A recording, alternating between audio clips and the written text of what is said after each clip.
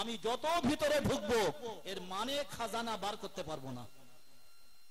তাহলে সেই মানুষটা যখন একজন আলেম দ্বীনের বিরুদ্ধে যখন তাকে কিছু বলে তার মনটা বড় ব্যথিত হয়। আজ বিবি বাচ্চা মা বাপ আপনজন আত্মীয় স্বজন সবাইকে ছেড়ে 5,000 6,000 7,000 8,000 টাকার মাইনে আমরা মনে করছি বিরাট কিছু দিয়ে দিচ্ছি। বিরাট বন্ধুবর্গ, আলেমের ইজ্জত দিতে শেখেন।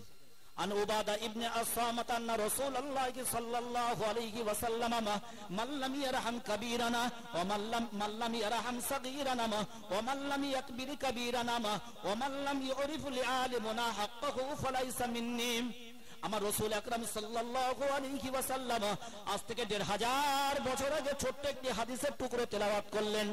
মাল্লামি ইয়ারহাম সাগীরানা, যারা ছোট ছোট বাচ্চাদের স্নেহ মায়া মমতা প্রেম প্রীতি ভালোবাসা দিল না। ও মাল্লামি ইয়াকবির কাবীরানা, যারা বয় বৃদ্ধি যারা জ্ঞান বৃদ্ধি তাদেরকে শ্রদ্ধা সম্মান করলো না, মূল্যায়ন করলো না। ও মাল্লামি ইউরিফু লিআলিমিনা হাক্কাহু, যারা আলেমদের ইজ্জত বুঝলো না। আমি রাসূলুল্লাহ সাল্লাল্লাহু আলাইহি ওয়াসাল্লাম আমি শেষ অংশে ছোট্ট একটা অংশ বলেছি, ফালাইসা মিন্নি।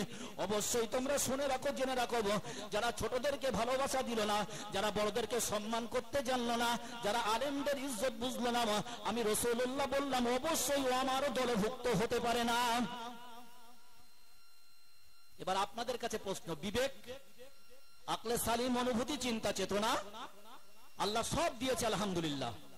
এবার আমি ভাববো যে আল্লাহ আমার কতটুকু জ্ঞান দিয়েছে, সেই জ্ঞানের উপরে ভিত্তি করে আমি বড়দেরকে সম্মান দেবো না সম্মান দেবো না, ছোটদেরকে ভালোবাসবো না ভালোবাসবো না, আলেমদের ইজ্জত করবো না করবো না। আমার রাসূলুল্লাহ বলছে ফালাইসা মিন্নি, সে আমার উম্মতের দলভুক্ত নাই। তাহলে পৃথিবীতে কি করতে এলাম?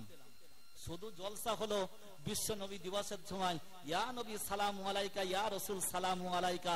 চারি গ্রামে গঞ্জে শহরে শুধু জলসার পর জলসা, কোটি কোটি টাকা ব্যয়। এ শাহ আলেম পেশাধারী আলেম 20,000 টাকা থুতুতে গুনে গেল। মাইক ম্যান লাইক ম্যান তার প্রাপ্য বুঝে নিয়ে চলে গেল। আলেমরা আপনাদের কাছে শেষ রাত্রে সম্মানার্থে কিছু তাবারুকের ব্যবস্থা করলো। সকালবেলা টয়লেটে গেলেন, পাকস্থলী পিষে দিল।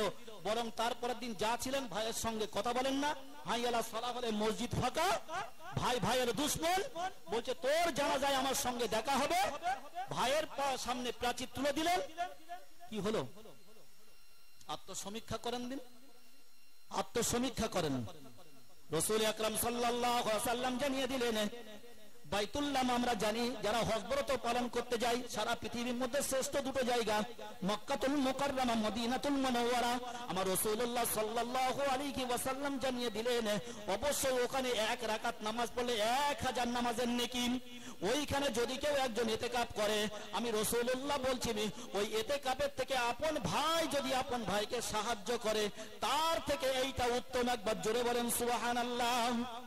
ভাবেন দিন, আমাদের হিংসা ভিতরে, ও প্রতিষ্ঠিত হচ্ছে আমার কষ্ট হচ্ছে, ও বড় লোক হচ্ছে আমার গাজালা করছে, আমি বসে সাতটা খেলছি, জোয়া খেলছি, মদ খেলছি, আর আমার ভাইটা সকালে যাচ্ছে রাত্রে আসছে হাড় ভাঙা পরিশ্রম করে, তার বিল্ডিং এর পরের বিল্ডিং, তার ছেলেগুলো প্রতিষ্ঠিতের পর প্রতিষ্ঠিত হচ্ছে, আপনার কলজে জ্বালা করছে কেন? একবার ভাবলেন না? আর মসজিদ গিয়ে সেজদা দিচ্ছেন, আল্লাহ তুমি আমাকে ক্ষমা করে দাও, আল্লাহ তুমি আমাকে ক্ষমা করে দাও। মনটা পরিষ্কার করেন, মনটা। ইয়াউমা লা ইয়ানফাউ মালু ওয়ালা বানুন ইল্লা মান আতাল্লাহা বিকলবিন সালিম। আমার রব্বুল আলামিন আল্লাহ 19 পারায় ছোট্ট একটা আয়াতের অংশ থরো করলেন জিবরিল রাসূলুল্লাহর কাছে। ইয়াউমা লা ইয়ানফাউ মালু ওয়ালা বানুন ইল্লা মান আতাল্লাহা বিকলবিন সালিম।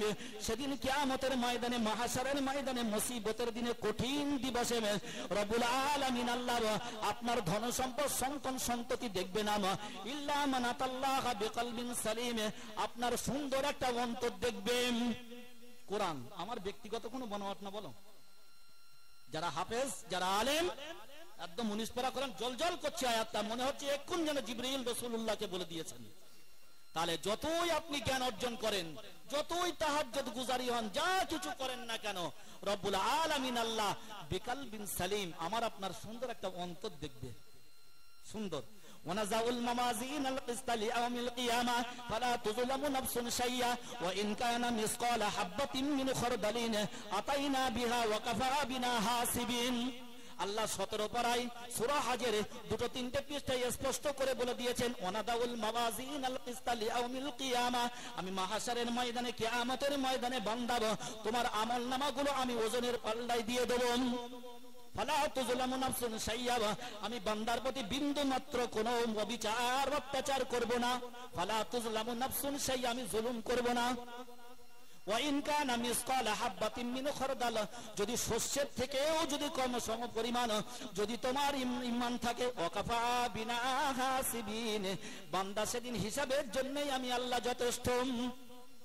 সব আল্লাহর কোরআন, কি সুন্দর বলেন। কোরআন যত পড়বেন তত ভালো লাগে। ইমাম সাহেব প্রত্যেকদিন মাগরিব এশা ফজরে পড়ে, আর পৃথিবীর কোন একজন মুমিন ইমানদার রাসূলের উম্মত একদিনও বলেছে, ইমাম সাহেব পুরো ফাতিহা আর পড়ে নেওয়ার ভালো লাগে না? সেই মাদ্রাসা, সেই ছোট ছোট স্নেহের ভাই ও বোনেরা, যে সমস্ত আসাতেজা কিরাম, একবার ভাবেন দিন, আপনাদের দাঁড়ে দাঁড়ে গিয়ে যাকাত, ফিতরা, কুরবানির চামড়া, এর কাছে গিয়ে ওর কাছে গিয়ে আজ বলছেন মা সাহেব কালকে আসবেন, আপনার কাছে গেল আপনি মানে রোজার মাসে আসবেন কিছু যাকাত দেব, আপনি কুরবানির সময় আসবেন চামড়া বিক্রি করে আপনাকে কিছু দেব, অথচ দেখেন 24 ঘন্টা তারা সার্ভিস দিচ্ছে। কত দেন? 4000, 5000, 6000, 7000। ভাবেন দিন, এখন বর্তমান যে দ্রব্যমূল্য বৃদ্ধির বাজার, তাতে করে একটা মানুষের যদি 500 টাকা রোজ না হয়, তার সংসার চালাতে গিয়ে হিমশিম খাবে। এখন একটা বাড়িতে তো 5টা মোবাইল, ও তো রিচার্জ করলেই তো 1000 টাকা, 250 টাকা করে হলে 4টে, তো 4 দুগুণ 8 আর 5 দুগুণ 10, এই তো 1000 টাকা হয়ে গেল। এটা কি জানেন? আল্লাহর অশেষ করুণা। আল্লাহ চালিয়ে নেয়, আল্লাহ চালিয়ে নেয়। আলহামদুলিল্লাহ, তাদের আল্লাহ ইজ্জত দিয়েছে। ওই জন্য সব সময় যে সমস্ত মাদ্রাসা থেকে বাচ্চারা আপনাদের দাঁড়ে দাঁড়ে আসবে, তাদেরকে মায়া করেন, ভালোবাসেন, বুকে জড়িয়ে ধরে নেন। কারণ এই যে স্যার যখন দেখবেন না, মাথায় স্নেহের পরশ বুলিয়ে দেবেন যে বাবু তুমি খেয়েছো। যদি আল্লাহ আপনাদের ধনাঢ্য করে থাকে, যদি কোনো মাসুম বাচ্চা আপনাদের দ্বারে কালেকশন করতে আসে, ওকে জিজ্ঞাসা করেন তোমার বাড়ি কোথায়, তোমরা কয় ভাই বোনি, আব্বা মা কজন, আব্বা বেঁচে আছে, মা বেঁচে আছে, হয়তো দেখা যাচ্ছে একটা পরনের লুঙ্গিটা ছেঁড়া, হয়তো জামার পাঞ্জাবিটার একদিকে সেলাই খোলা। আপনার কাছে একটা লুঙ্গি একটা পাঞ্জাবি তৈরি করা কিচ্ছু না, কারণ আপনিও বছরে যাকাত দেন 1,50,000 টাকা। ওই বাচ্চাটাকে সুন্দর একটা লুঙ্গি কিনে দেন, সুন্দর একটা জামা বানিয়ে দেন। জানেন আমার আল্লাহ কত খুশি হবে? একটা বৃহৎ কবরস্থান, একজন মুরব্বী পরনে পিরাহান, দাড়িগুলো উস্কো খুস্কো সাদা হয়ে গিয়েছে বয় বৃদ্ধিতে, কাঁধে একটা হাজি রুমাল। উনি এক প্রান্তে কবরস্থানে দাঁড়িয়ে আছেন। যতগুলো মানুষ ছিল কবর থেকে উঠছে, একটা জায়গায় ছোট ছোট যখন খাজুরের দানাগুলো ফলে, ঠিক তদানুরূপ কিছু খাজানা একটা জায়গায় ডিবি করে রাখা হয়েছে।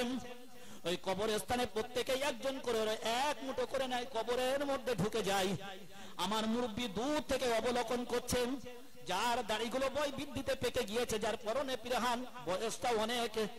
উনি ভালোভাবে খেয়াল করলেন, সবার মধ্যে নিয়ে যাচ্ছে একজন ব্যক্তি শূন্য হাতে কবর থেকে বার হচ্ছে, কবরে চলে যাচ্ছেন। বেশ কিছুদিন হলো মুরব্বী দূর থেকে আওয়াজ দিলেন, বাবু একটু দাঁড়িয়ে যাও। বলেন হুজুর, বলে আমি বেশ কিছুদিন খেয়াল করছি কবরস্থানে সবাই ওঠে, কিছু কিছু খাজানা নিয়ে কবরে চলে যায়, তুমি শূন্য হাতে যাও। বলছে হুজুর অবশ্যই আপনি ঠিক বলেছেন বারহাক, আপনার কথাটা একটির মধ্যে কোনো দ্বিচারিতা নেই।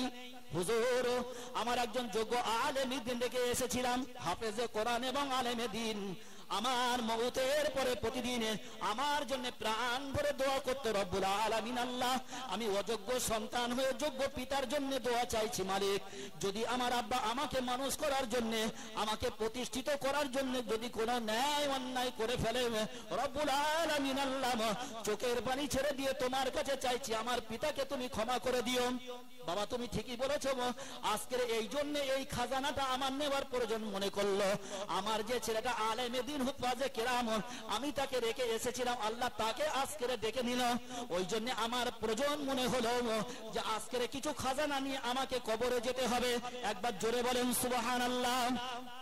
আমার রব্বুল আলামিন এখানে বলিনি যে মাধ্যমিকে 3টে সাবজেক্টে লেটার পেয়েছে, যে এইচএসে 3টে সাবজেক্টে লেটার পেয়েছে, যে বিরাট বড় স্কুলের জজ খ্যাতি নাম অর্জন করেছে। আমার আল্লাহ একটা বার বলিনি, আমার রাসূলুল্লাহ জানিয়ে দিলেন তলাবুল ইলমু ফারিদা আলা কুল্লি মুসলিমি ওয়া মুসলিমা, প্রত্যেকটা নরনারী, বেটা ছেলে মেয়ে ছেলে সকলের জন্য দ্বীনের জ্ঞান অর্জন করা ফরজ। তো বাস্তব আপনি এশার নামাজ পড়ে আসছেন, আমি আপনাদের লজ্জা দেওয়ার জন্য বলছি না, কটা মানুষ বলেন দিন যে মসজিদে প্রথম যখন ঢুকবো ডান পা দিয়ে কি বলতে হয়? ওটা তো বাংলা না। আমার রাসূল শিখিয়ে দেন আল্লাহুম্মা ফতাহলিম আবওয়াব রাহমাতিক, বাবুন মানে দরওয়াজা, তার বহু বচন আবওয়াব। রব্বুল আলামিন আল্লাহ কত সুন্দর শিখিয়ে দেন আল্লাহুম্মা ফতাহলি, আয় আল্লাহ তুমি খুলে দাও আবওয়াব রাহমাতিক, তোমার রহমতের দরজাগুলো। তাহলে ওটা কিন্তু বাংলা না, ওটা আরবি। আপনি মসজিদে ঢুকে গেলেন, মুসাল্লায় দাঁড়িয়ে গেলেন, ইন্নী ওয়াজ্জাহাতু ওয়াজহিয়া লিল্লাযী ফাতারাস সামাওয়াতি ওয়াল আরদা হানিফা ওয়া মা আনা মিনাল মুশরিক, ওটাও আরবি, ওটা বলো বাংলা না। ওটা বলো হাই স্কুলে শেখানো হয় না, ওটা বলো প্রাইমারি স্কুলে শেখানো হয় না, ওটা কোনো কলেজ বিদ্যালয় শেখানো হয় না, ওটা কেবলমাত্র শেখানো হয় মক্তবে নতুবা মাদ্রাসাতে। এবার পড়া হয়ে গেলে আপনি বলেন আল্লাহু আকবার, আপনি বাংলায় বলেন আল্লাহ তুমি সব থেকে বলো, তারপরে আপনাকে সানা পড়তে হচ্ছে, তারপরে আউযু বিল্লাহ বিসমিল্লাহ পড়তে হচ্ছে, তারপরে আপনি সূরা ফাতিহা তেলাওয়াত করলেন, তারপরে পরে আবার একটা সূরা পড়লেন, সবটাই কিন্তু আরবি। এটা ওই মক্তবে হুজুররাই শেখায় এবং মাদ্রাসায় আসাতে যাকে আমরা শেখাই, ওটা একটা বাংলা না। জানেন এদের ইজ্জত কত? আপনি বুঝতে পারবেন না। সূরা হুজুরাতে আল্লাহ জানিয়ে দিন লা তারফাউ আসওয়াতাকুম ফাওকা সাউতিন নাবিয়্যি ওয়া লা তাজহারু লাহু বিল কওলি কাজারি বাদি আমালিকুম আন তাহবাতা আমালুকুম ওয়া আনতুম লা তাশউরুন।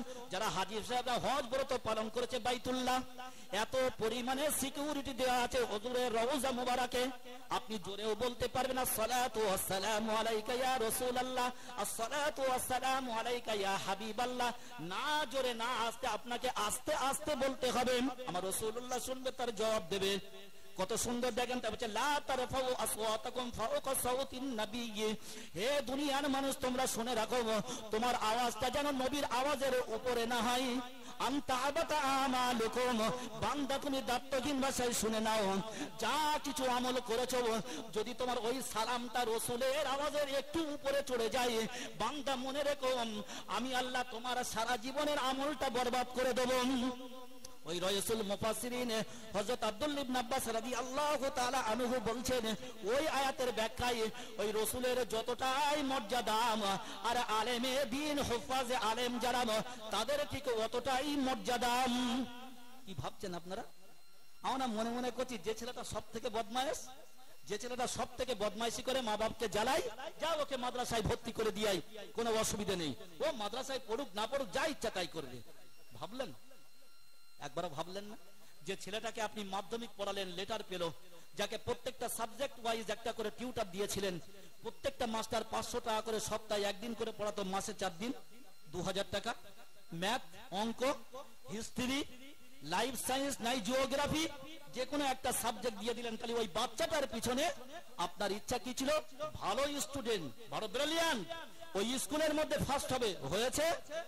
আপনি তাকে কি করলেন? হয়তো দেখা গেল লেখাপড়ার পরেও কিছু পাইনি, বেকার কোন একটা দোকান করে দিয়েছেন, নাই ব্যবসা বাণিজ্য। ওই ছেলেটাকে সুন্দর করে বলেন দিন, বাবা তুমি সূরা ফাতিহাটা ভালো করে তেলাওয়াত করে শোনাও এবং 4 রাকাত যে জোহরের নামাজ পড়তে হবে কিভাবে পড়তে হবে আমাকে একটু শিখিয়ে দাও, বা আমি যখন মরে যাব আমার কবর জিয়ারতটা করবে কিভাবে করতে হবে। বরং যে ছেলেটাকে সব থেকে নরমাল মনে করেছিলেন, এ মনে হয় কিচ্ছু পারবে না, অথচ যখন মাদ্রাসায় দিলেন, আল্লাহ শকর, আল্লাহ দয়া অশেষ করুণার ভিত্তিতে দেখা গেল ওই বাচ্চাটা 5 বছর পরে গোটা কোরআনটাই হেফজ করে ফেলল। একবার জোরে বলেন সুবহানাল্লাহ। আজকের সেই মাদ্রাসায় আপনারা বসে আছেন, জানেন কত দামি জিনিস। আজ যে ছোট ছোট বাচ্চাদের মাথায় পাগড়ি দিয়ে দেওয়া হয়েছে, সুন্দর পরনে পোশাক, একটা করে পাঞ্জাবি, একটা করে পায়জামা, কত সুন্দর লাগছে পরিবেশটা। ওই জন্যে সব সময় চেষ্টা করেন আলেমের দ্বীন বানানো, তাদেরকে কোরআনের হাফেজ করানো। কারণ যতই জাহেল হোক, যতই মূর্খ হোক, ওর মধ্যে যদি জ্ঞান থাকে, যদি ইলম থাকে, যদি আল্লাহর ভয় থাকে, আপনাকে কোনোদিন বৃদ্ধ বয়সে অবহেলা করবে না। বরং যার পিছনে অর্থটা ব্যয় করেছিলেন, যার জন্য মেহনত করেছিলেন, যে ব্রিলিয়ান্ট ছেলেটা, হয়তো সে তার বিবিকে পেয়ে গেল, শ্বশুর শাশুড়ির বিরাট বাংলো পেয়ে গেল, হয়তো বাপ মার কথা স্মৃতি পর থেকে ভেবে গেল। আর এ বেচারা ওই মসজিদে ইমামতি করে হয়তো 5000 কি 7000 টাকা দেয়, হয়তো দেখা গেল একটা দর্জির কাজ করে, কোনো দোকানে গিয়ে একটা পাঞ্জাবি সেলাই করে, তার বিনিময়ে আপনাদের বলছে আব্বা মা তোমরা আমার কাছে কেউ, আমাকে আল্লাহ যদি দুটো দেয় তোমাদেরও দুটো দিয়ে দেবে আলহামদুলিল্লাহ। বন্ধুবর্গ বুঝতে হবে। তাহলে ধরে নেন আমি মারা গিয়েছি, তা আমার মারা যাবার পরে আমার স্ত্রী গর্ভবতী, আমারই সন্তান 8 মাস 10 মাস কি 6 মাস 7 মাস রেখে আল্লাহ আমাকে ডেকে নিয়েছে। যখন ওই ছেলেটাকে পৃথিবীতে এলো তখন তার চাচা তাকে মানুষ করলো। তার চাচা যখন মানুষ করলো, যে কাজটা ছিল কার? বাপের, কিন্তু বাপের অবর্তমানে সেই কাজটা কে করলো? চাচা। রাইসুল মুফাসসিরিন ঠিক এটাই বোঝাতে চেয়েছে, রাসূল আকরাম সাল্লাল্লাহু আলাইহি ওয়াসাল্লামের পরেই আল উলামাউ ওয়ারাসাতুল আম্বিয়া, কারণ এরাই আপনাদের ডাইরেকশন দেখাবে, এরাই আপনাদের ইহদিনাস সিরাতাল মুস্তাকিমের পথ দেখাবে, এরাই আপনার ন্যায় অন্যায়, লিগাল আল লিগাল, এরাই আপনাকে ঠিক বার্তা পৌঁছে দেবে। কিন্তু একটা সাধারণ মানুষ কোনোদিন বলতে পারবে না। আপনি নামাজ পড়ছেন মসজিদে, ইমাম সাহেব আপনাকে আস্তে আস্তে কামরায় ডেকেছে, জোহর পরে একবার আমার কাছে আসবেন দিন। তার জ্ঞান আছে তো, বলছে মুরব্বী আপনি যে নামাজটা পড়ছিলেন নামাজটা একটু ভুল আছে, আপনি এইভাবে পড়বেন। তো ওই যেটা ইমাম সাহেব আপনাকে শ্রদ্ধা ভাজন হয়ে আপনাকে কামরায় ডাকলো কেন? আপনার সম্মান দিয়ে ডেকেছে, সবার সামনে বলেন, এটা লজ্জিত যে চাচা বা মুরব্বী কি বেটা আপনি যে এইভাবে নামাজটা পড়ছেন নামাজটা ভুল হচ্ছে, আপনি নামাজটা এইভাবে পড়ে নেবেন, তাতে ভালো হবে। আপনি খুশি হলেন, যাক ইমাম সাহেব খুব ভালো কথা বলেছে। এবার আপনি যদি রক কাটা হয়, তার কাটা হয়, যদি যা হয়, ও তাহলে আমার নামাজটা ভুল দেখলেন আর সবার নামাজ ঠিক হচ্ছে, তার মানে আমাদের জ্ঞানের অভাব। আমাদের যদি জ্ঞানের অভাব না থাকতো আমি এক বাক্যে মেনে নিতাম বারহাক ও আলেমে দিন নিশ্চয়ই আমার মধ্যে কোনো ভুল দেখেছে বলেই তাই তো আমাকে ডেকে সুন্দর করে বলে দিল। এতে অপরাধটা কোথায় আমার আপনার? কিসের অপরাধ আমার আপনার? বন্ধুবর্গ, তাহলে যে কাজটা ছিল পিতার করলো চাচা, ঠিক তদানুরূপ রাসূল আকরাম সাল্লাল্লাহু আলাইহি ওয়াসাল্লাম আমাদেরকে ইতিম করে চলে গেল, দায়িত্ব দিয়ে গেল আল উলামাউ ওয়ারাসাতুল আম্বিয়া, আমার নবীর ওয়ারিস আলেমে দিন বারহাক। যে সমস্ত মাসার ছেলেরা আসবে সব সময় তাদেরকে ভালোবাসেন, স্নেহের পরশ বুলিয়ে দেন। আমার রাসূলুল্লাহ জানিয়ে দিলেন, একটা মাসুম বাচ্চা যখন ঘর থেকে বের হয় তাকে ছোট্ট একটা বক্স দেওয়া, একটা বাড়ি এসে কিছু খাতাপত্র কিছু নোটবুক দেওয়া হয়, হয়তো কিছু মুড়ি চানাচুর বিস্কুট দিয়ে দেওয়া হয়। যেহেতু বাচ্চা মাদ্রাসায় দিয়ে এলেন, 1 মাস পরে বাড়ি আনলেন, আমার রাসূলুল্লাহ জানিয়ে দিলেন বান্দা একবার সুন্দর করে অনুভূতিতে অনুধাবন করে নাও, ওই বাচ্চাটা যখন ঘর ত্যাগ করলো ও শুধু কিন্তু ঘর ত্যাগ করেনি, ও দ্বীনের জ্ঞান অর্জন করার জন্য এক দেশ থেকে আর এক দেশ পাড়ি দিল। ওর একটা ইচ্ছা, একটাই তামান্না, রব্বুল আলামিন আল্লাহ আমার পিতামাতার মনোবাসনা তুমি পূর্ণ করো, আমি না এই হেফজ করলাম নতুবা আলেমে দিন হলাম, আল্লাহ যদি আমাকে তীক্ষ্ণ বেরেন্ডাকে হয়তো 2 বছর 2.5 বছর 3 বছরে গোটা কোরআনটাই মুখস্থ করে ফেললাম, নতুবা হয়তো আমি কাফিয়া এবং মিসকাত দাওরা হাদিস পর্যন্ত টাইটেল ফারেক হয়ে গেলাম। আমার রাসূলুল্লাহ বলছে ওই মাসুম বাচ্চাটা যখন মাদ্রাসার জন্য ঘর থেকে বার হলো, সমস্ত আসমান থেকে জমিন পর্যন্ত যত মখলুকাত আছে, মাটির অর্থাৎ সমুদ্র বলেন যাই বলেন না কেন, তার থেকে উপর পর্যন্ত যত মখলুকাত আছে ওই মাসুম বাচ্চার জন্য দোয়া করতে থাকে। একবার জোরে বলেন সুবহানাল্লাহ। ভাবতে পারছেন? আমি মাধ্যমিক দিতে যাব, ভালো, তা আমার আব্বা মা বলছে যা ইমাম সাহেবের কাছে দোয়া নিয়ে আয়, যা।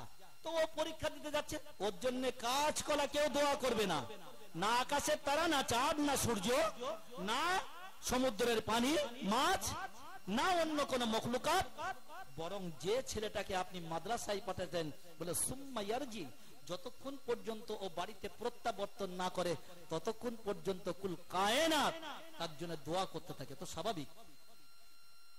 শয়তান কাদের পিছনে বেশি লাগে জানেন? এই যারা আলেমের দিন হয়, যারা হাফেজ হয়। আমি হেফজ কমপ্লিট করেছি 1990 সালে, আমার বয়স এখন 46। শুধু পালিয়ে চলে যেতাম, আমার খুব ভালো মনে আছে। এখানে যাব সেখানে যাব, আব্বার একটা কাপড়ের দোকান ছিল, ধরে নেন এখান থেকে 10 কিলোমিটার। আমার মা জানতো ওর আব্বা যদি বাড়ি আসে ওকে মেরে শেষ করে ফেলে, প্রচুর মেরেছে, এখনো মনে হয় পিঠেই ছাতার শিকের দাগ আছে আলহামদুলিল্লাহ। আমার মা বেচারা ওই মেয়ে ছেলে 1.5 কিলোমিটার রাস্তা আমার চাস্তো বোনদের নিয়ে আমাকে যে কোনো প্রকারে মাদ্রাসায় পৌঁছে দিত, জানে ওর আব্বা বাড়ি এসে দেখো যে আমার ছেলে মাদ্রাসায় আছে। আবার যেই ফজরের আজান হবে আমি আউট। এইভাবে বেশ কিছুদিন চললো। তখন আমার হয়তো 14 কি 15 পর আমি হেফজ করছি বর্তমান। আমার খুব ভালো স্মরণ আছে। মায়ের অবদান মানে মেহনত অপরিসীম, নইলে আজকে হয়তো আমি এই জায়গাটাই আসতে পারতাম না।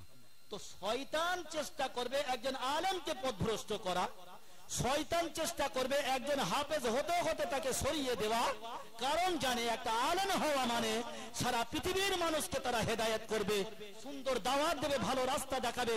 রাসূলুল্লাহ বলছে যদি আমি এই আলেমের দ্বীন যদি পৃথিবীতে না থাকতো, মানুষ চতুষ্পদ প্রাণীর থেকেও নিকৃষ্ট হয়ে যেত। বাস্তব, রাসূলের কথা কোনোদিন মিথ্যা হতে পারে না, রাসূলের কথা কোনোদিন মিথ্যা হতে পারে না। বাস্তব তো। আপনি মশলা জানবেন কার কাছে? যে রিক্সা চালাই, না যে 1 বিঘা জমি চাষ করে এলো, না যে ভ্যান চালাই, না যে পেশাব পায়খানা পরিষ্কার করে। হয়তো গ্রামে ইমাম সাহেব আপনারা রেখেছেন, কিন্তু ইমামের সাহেবের থাকে আরো বড় একজন জ্ঞানী আলেম আছে আপনাদের গ্রামে। আল্লাহ শকর, কোন একটা মাদ্রাসায় পড়ায়, মাঝে মাঝে বাড়ি আসে, আপনারা তাকে যথেষ্ট ভালোবাসেন, শ্রদ্ধা করেন। হয়তো দেখা যাচ্ছে দারুল উলুম দেওবন্দ থেকে, ফারাকবাগ কোনো একটা ভালো মাদ্রাসা থেকে চলে এসছে, ইমাম সাহেবও তাকে যথেষ্ট ভালোবাসে, তার সঙ্গে বন্ধুত্ব সম্পর্ক, আন্ডারস্ট্যান্ডিংটা খুব সুন্দর। তা কোন একটা মশলা যখন আপনি জানতে চাইবেন, তা কার কাছে জানবেন? নাই ওই গ্রামের ভালো আলেমটার কাছে।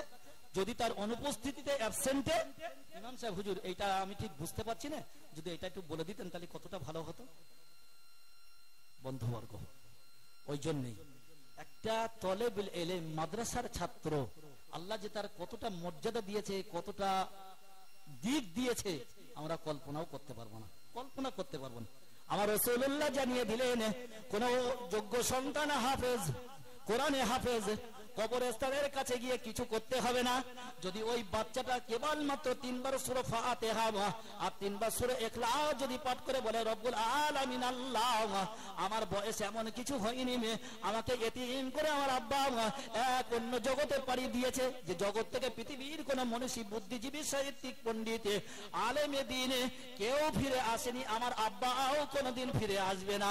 রব্বুল আলামিন আল্লাহ, তুমি আমাকে যতটুকু জানিয়েছো, আমি যতটুকু আমার ওস্তাদদের কাছ থেকে, আমার হুজুরদের কাছ থেকে, আমি আমার পিতার জন্য কেবলমাত্র 3 বার সূরা ফাতিহা, 3 বার সূরা ইখলাস পাঠ করলাম। রব্বুল আলামিন আল্লাহ, এর বদৌলতে আমার আব্বারা যদি কবরে যাররা পরিমাণ কোন আযাব হয়ে থাকে, রব্বুল আলামিন আল্লাহ, আমি সন্তান হিসেবে আমার মুখের দিকে তাকিয়ে আমার বাপের কবরের আযাবটা মাফ করে দাও। আমার আল্লাহর আরশে আজিম ধাক্কা মারে। কে এমন করে বলছেন? কার অবস্থা আমার কাছে আসছে? আমার আরশে আজিম পর্যন্ত পৌঁছে গেল। ওই বাচ্চাটা চোখের পানি ছেড়ে দিয়ে শুধু এতটুকু বলল, আল্লাহ, আমি এমন কিছু জানি না, শুধু সূরা ফাতিহা 3 বার তেলাওয়াত করলাম, সূরা ইখলাস 3 বার তেলাওয়াত করলাম। রব্বুল আলামিন আল্লাহ তার তো দয়ার সাগর, আর থাকতে পারলেন না, বলল, হে আমার উম্মত, তুমি চলে যাও, ওই তোমার ওই 3 বার সূরা ফাতিহা আর 3 বার সূরা ইখলাসের বদৌলতে আমি তোমার আব্বার তাম জীবনের গুনাহ মাফ করে দিলাম। জোরে বলেন। ভাবেন দিন, একবার চিন্তা করেন দিন, এই ছোট ছোট কথাগুলো অনুভূতি দিয়ে ভাবেন। আমি চলে যাব, অপর সময় মেহমান, আপনারা আপনাদের গন্তব্যস্থলে চলে যাবেন, আমি আমার গন্তব্যস্থলে চলে যাব। আমি যদি আপনাদের কিছু না দিতে পারি, তাহলে আমার এই আশাটাই হবে ব্যর্থতা ছাড়া কিছু না, গাড়ি চাপা হবে, আবার গিয়ে ধরেন ফজরের নামাজ পড়তে হবে। আর মুয়াজ্জিন সাহেব নাই, একজনকে দায়িত্ব দিয়ে আসছি যে বাবু তুই মাগরিব এশাটা পড়িয়ে দে, তারপরে আমি আবার চলে আসবো ইনশাআল্লাহ। তো দায়িত্ব বড় জিনিস। সেই সাথে সাথে একটা মুসল্লিদের সঙ্গে ইমাম, আলেমে দ্বীন, গ্রামবাসী সকলের সুন্দর একটা আচরণ হবে। সব সময় শ্রদ্ধা করেন, সম্মান দেন। জানেন, বড় বড় দারুল উলুম দেওবন্দ, যারা দাওরা হাদিস, যারা মিশকাত এবং যারা বুখারী শরীফ পড়ায়, আপনি দেখলে অবাক হয়ে যাবেন। আজকে তারা হাতে পলিথিন বেঁধে ছাত্ররা যে পেশাব পায়খানায় ফেরে, আজকে সেই আসাতেজা কেরামরা যাদের সামনে আমরা ছোট হয়ে বসে থাকি, আল্লাহ তাদের এত ইজ্জত দিয়েছে, এত জ্ঞান দিয়েছে। আল্লাহ টোটাল বুখারী হয়তো এমন কিছু মানুষকে আল্লাহ দিয়েছে, টোটালটাই মুখস্থ, হাতে পলিথিন বেঁধে পেশাব পায়খানা পরিষ্কার করছে। জানেন, ভাবতে হবে তাদেরকে কিভাবে তারা মানুষ হয়েছে। ধরে নেন বিরাট বড় একটা বাজার, একটা সময় আছে ফুলকপি, পাতাকপি, সিম, টমেটো, এগুলো কত মূল্য হয় জানেন? 25 পয়সা 30 পয়সা। মানুষ খায় না, আমরা খড়ের সঙ্গে কেটে গরুকে দিই। ওই মাদ্রাসার যিনি ছিলেন, মানে শিক্ষক অর্থাৎ সেক্রেটারি সাহেব, ওই যখন একটা জায়গায় ফেলে দিত, ওই পাতাকপির পাতাগুলো কুড়িয়ে আনতো, আর ওই ফুলকপির ডাঁটাগুলো কুড়িয়ে আনতো, কোন রকম করে একটু নুন হলুদ দিয়ে সিদ্ধ করে রান্না করে তাদেরকে খাইয়ে দিত। জানেন মাদ্রাসার খাওয়া কতটা কষ্ট? আমরা যখন হেফজ করেছি, দেখা যাচ্ছে 500 ছেলে 15 কিলো গোশ, আর আমাদের ওস্তাদের নিয়ম ছিল সবার শেষে তোমরা লাইনে দাঁড়াবে। তো প্লেট নিয়ে দাঁড়িয়ে আছি, ভাত দুটো দিয়ে দিয়েছে, একদম মনে হবে পুকুরের পানি, একটু হলদি গোলা আর ওই গোশের হাড় গুলো, কুটি কুটি গুলো হয়তো পাতে পড়ে আছে। রাত 11টা, পৌষ মাসের ঠান্ডা, সব জমে গিয়েছে। আলহামদুলিল্লাহ, একটা কাঁচা পেঁয়াজ, একটা কাঁচা লঙ্কা, হয়তো কখনো ইঁদুরের পায়খানা, কখনো আরশোলা মরা, কখনো হয়তো ডাস্ট হয়ে গিয়েছে সেই চালগুলো, হয়তো বেলচা দিয়ে বার করে এনে সেই চালগুলো মাদ্রাসার ছেলেদের খেতে দিয়েছে।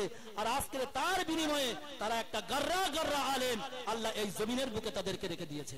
জানেন, আমরা তাদেরকে ইজ্জত দিই নে, সম্মান দিই নে। ভাবতে পারছেন? বুঝতে হবে।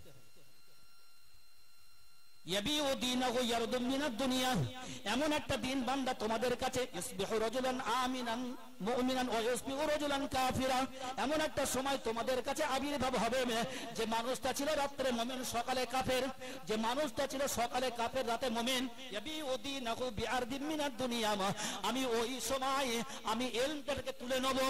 ইলম তুলে নেব মানে আমি এই সারা পৃথিবীর জমিনে আমি যত বড় বড় আলেমের দিন পাঠিয়েছি, আমি আল্লাহ আমার অশেষ করুণা দিয়ে, রহমতের দৃষ্টি দিয়ে এত বড় বড় আলেম তাদেরকে পাঠিয়েছি। ওই জমানায়, ওই সময়টা আমি ওই বড় বড় আলেমকে একটা একটা করে তুলে নেব। তাই আল্লাহর রাসূল বলছেন, ইয়াবিউদিনাহু বিআরদিন মিনাদ দুনিয়া আও ইলমু ইয়ানতাফা ইয়াবিউদিনাহু বিআরদিন মিনাদ দুনিয়া।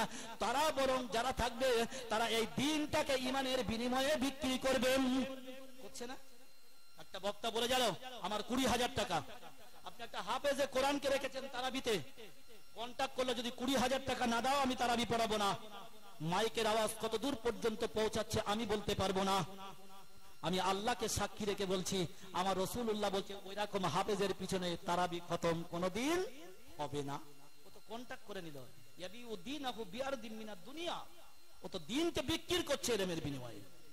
হ্যাঁ, আপনারা খুশি করে আমাকে যা দেবেন আলহামদুলিল্লাহ, ব্যাস। কত বড় বড় আলেমে দিন জলসা করতে আসছে, 20,000, 30,000, 40,000, 50,000। ভাবেন দিন, একজন রিকশাওয়ালা কত কষ্ট করে 50টা টাকা দিয়েছে, একজন গাড়ি ঠেলা লোক কত কষ্ট করে 100টা টাকা দিয়েছে। আপনি কৃষকের কাজ করে আপনি দিয়েছেন 50 টাকা। হতে হতে সুন্দর একটা পরিবেশ হলো, একটা অ্যামাউন্ট তৈরি হলো, জমা হলো। তার বিনিময়ে আপনি থুতু দিয়ে ঘুরে 50,000 নিয়ে গেলেন। কি দিলেন শ্রোতাদের? একবারও ভাবলেন না? একবারও ভাবলেন না? বান্দা তুমি হুঁশিয়ার থেকে যাও, আমি কিয়ামতের ময়দানে আমি অবশ্যই তোমাকে জিজ্ঞাসা করব। সুম্মা লাতুসালুন্না ইয়াউমা ইযিন আনিন নাঈম। অবশ্যই প্রত্যেকটা বিষয়ে আল্লাহ আপনাকে জিজ্ঞাসা করবে। বান্দা সেদিন তৈরি হও। তুমি ইয়াবিউদিনাহু বিআরদিন মিনাদ দুনিয়া, তুমি দিনকে বিক্রি করেছিলে অর্থের বিনিময়ে নাকি?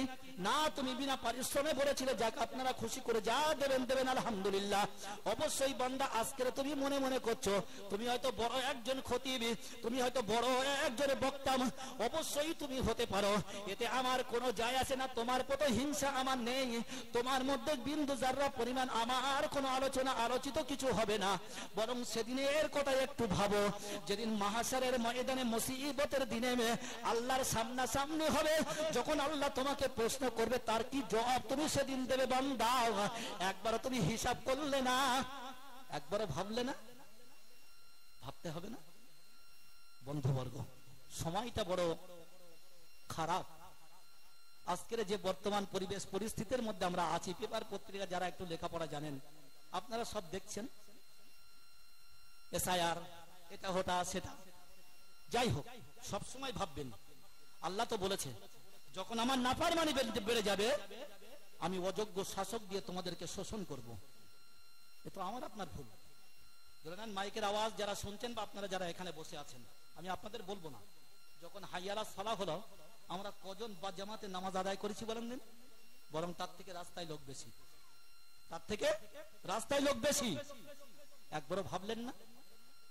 মরজে হালাতে মুবতালা অন্তিম লগ্ন উপস্থিত, আমার রাসূলুল্লাহ বলছে এখন কোন সময় ইয়া রাসূলুল্লাহ ইয়া হাবিবাল্লাহ হুজুর এখন আপনারা যারা হজব্রত পালন করতে গিয়েছেন, কত সুন্দর মসজিদ নববী, কত সুন্দর রওজা মুবারক। আজ থেকে যারা 100 বছর 150 বছর 200 বছর আগে যারা হজব্রত পালন করেছেন, ওই রসুলের রওজাটা ওটাই হচ্ছে হুজরা ছিল। আয়েশা বলছে, ইয়া রাসূলুল্লাহ, ইয়া হাবিবাল্লাহ, হুজুর আমার পিতা আবু বকর ইমামতির জায়গায় দাঁড়িয়েছে, আপনার অগণিত সাহাবায়ে কেরাম রিদওয়ানুল্লাহি তাআলা আলাইহিম আজমাইন তারা পিছনে নামাজ পড়ছে। আমার রাসূলুল্লাহ বলেন, মাথাটা একটু উঁচু করে ধরো আয়েশা।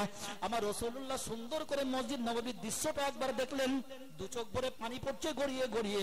আমার আয়েশাকে বলছে, আয়েশা এটা আমার দুঃখের পানি নয়, এটা আমার সুখের পানি নয়, এটা আমার বড় তৃপ্তির পানি।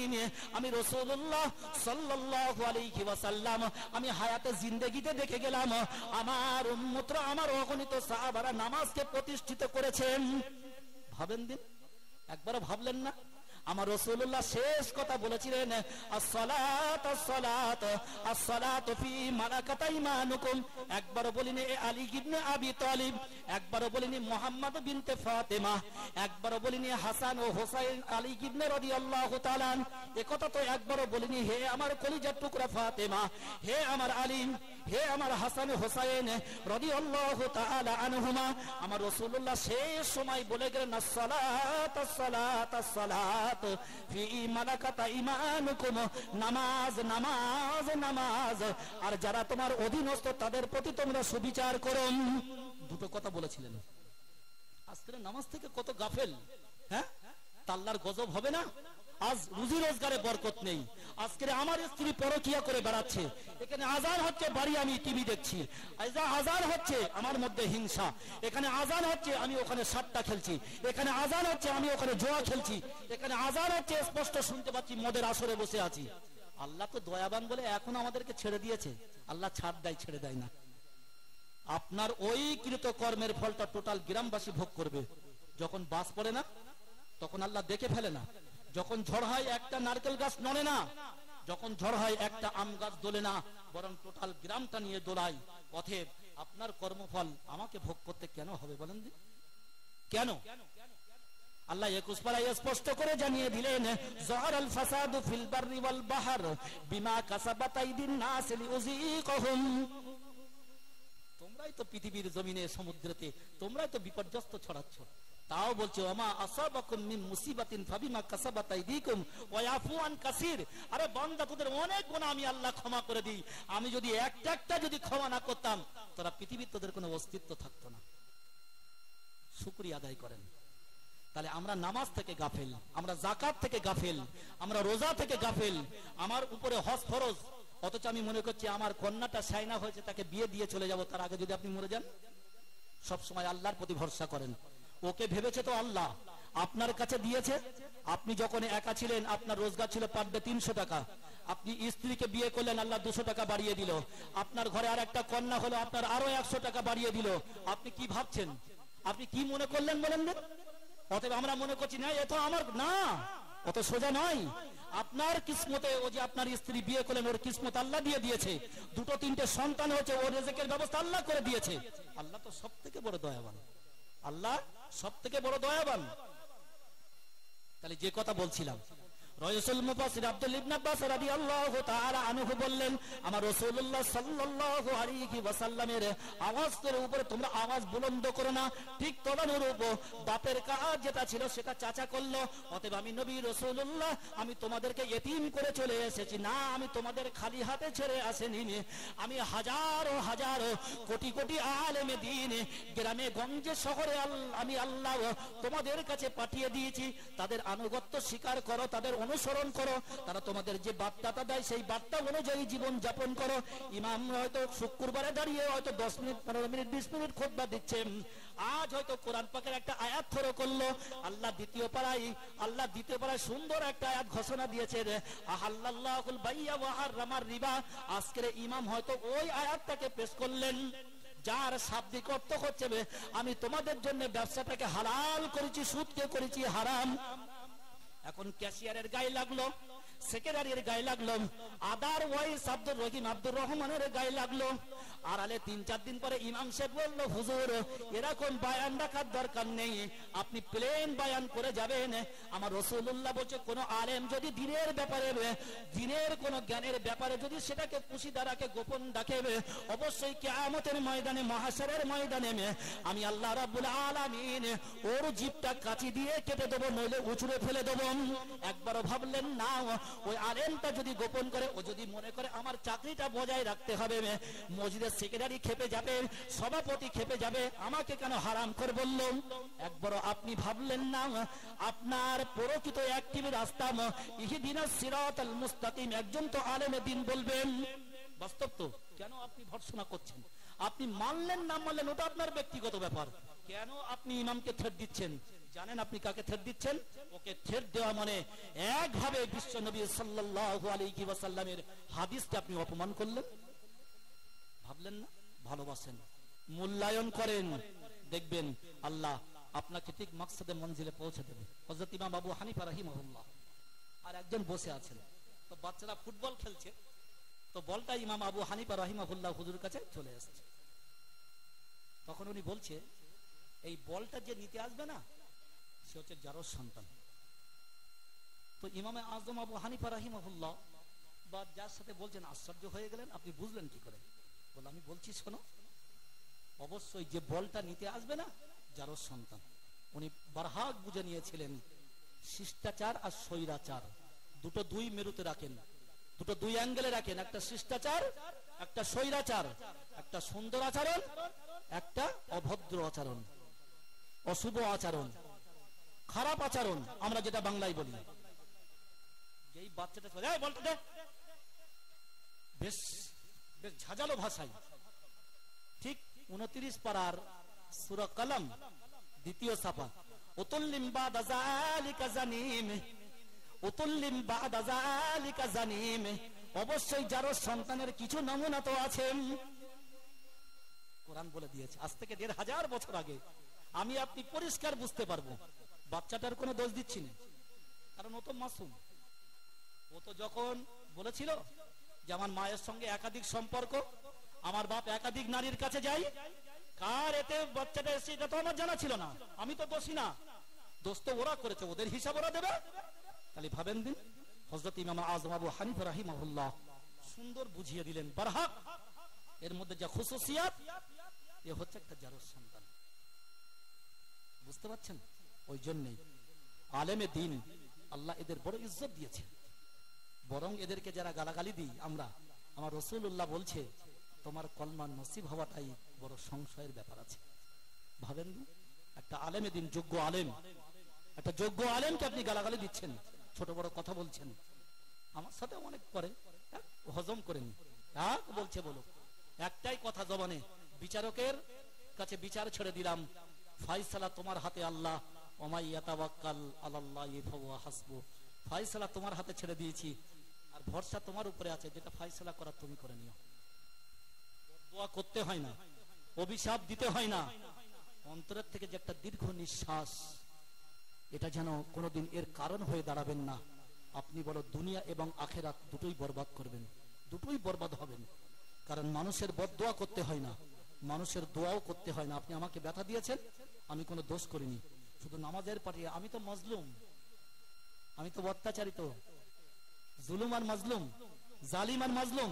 আপনি জালিম, আমি মাজলুম, আপনি আমার প্রতি অত্যাচার করছেন, শুধু দুঃখ ফোঁটা চোখের পানি ফেলে দেবো, আর কিচ্ছু বলবো না, আর কিচ্ছু বলবো না।